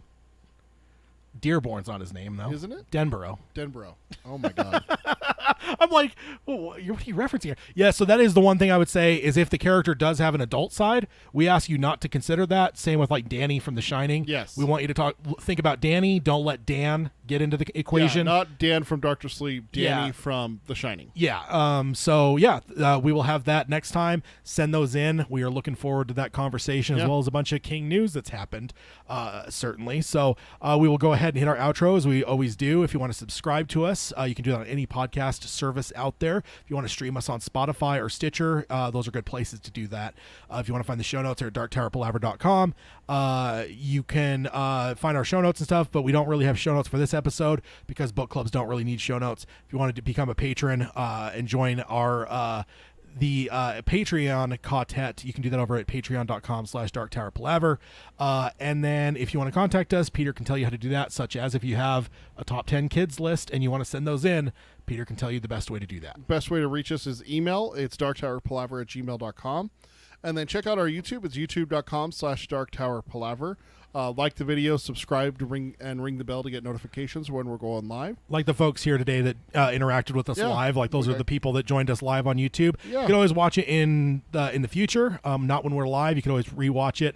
Like for instance, if it's a normal episode, not book clubs, we always just have the covers of the book. But if there's a round table, if I'm showing Peter pictures and stuff, you can see that as well as you can see the live chat if you're watching it later. But if you join us live, like Carol and Alan and a few other people, Zach joined us, you can also engage with the show and join in the conversation as well. Yeah, and then our social media is facebook.com/darktowerpalaver, and our Twitter is @darktowerpod. Instagram is darktowerpalaver, all one word. And then check out our merchandise. It's tpublic.com/users/darktowerpalaver. Of course, this shirt's better than the slanderish shirt. No. You don't want the slander. That's the thing. And hopefully by next time I'll have a little Dark Tower Palaver cushion. little pillow. That's what I need to jump on and get that at some point. That's the name that I said. Will Dearborn. That's what he goes by in Magus. Yeah. That's what Roland goes by in Magus. God damn it. I was like, where did that name come from? I did not make that up. Yeah. I was just like waiting for it to click for you. And then you. Oh, jeez. Bill. Go. I mean, you could count Will. Yeah. And Cuthbert and everything like that. So Yeah. they are 14, so they are of age. They fall into that. So yeah, we will go ahead and sign off as we always do by saying long days and pleasant nights. Long days and pleasant nights, folks. All right. Thank you guys, everyone here on the YouTube side. Thank you guys for joining us and engaging in the conversation. Alan, Carol, Zach. Did I miss anyone else that was here? Even if you didn't engage in the conversation, Yeah, thanks for watching. Thanks for listening. Thanks for being involved. You guys are awesome. And yeah, we'll see you guys in a fortnight for a roundtable. It'll probably be a big episode. We got the top 10 kids, as well as like Peter mentioned. Yeah, we went a little bit of time without recording there, so just a little bit of news build up, and we didn't cover it on the last episode because Jeremy joined us, which was fun to have just it was awesome. Crazy palaver, just talking about all kinds of things. But yeah, looking forward to the next episode. So we will see you guys then in a fortnight. Thank you guys. Cody. It looks like Cody is here as well. Maybe missed that, or unless he joined us recently. But yeah, thank you guys. You guys are awesome. See you in a couple weeks. Bye.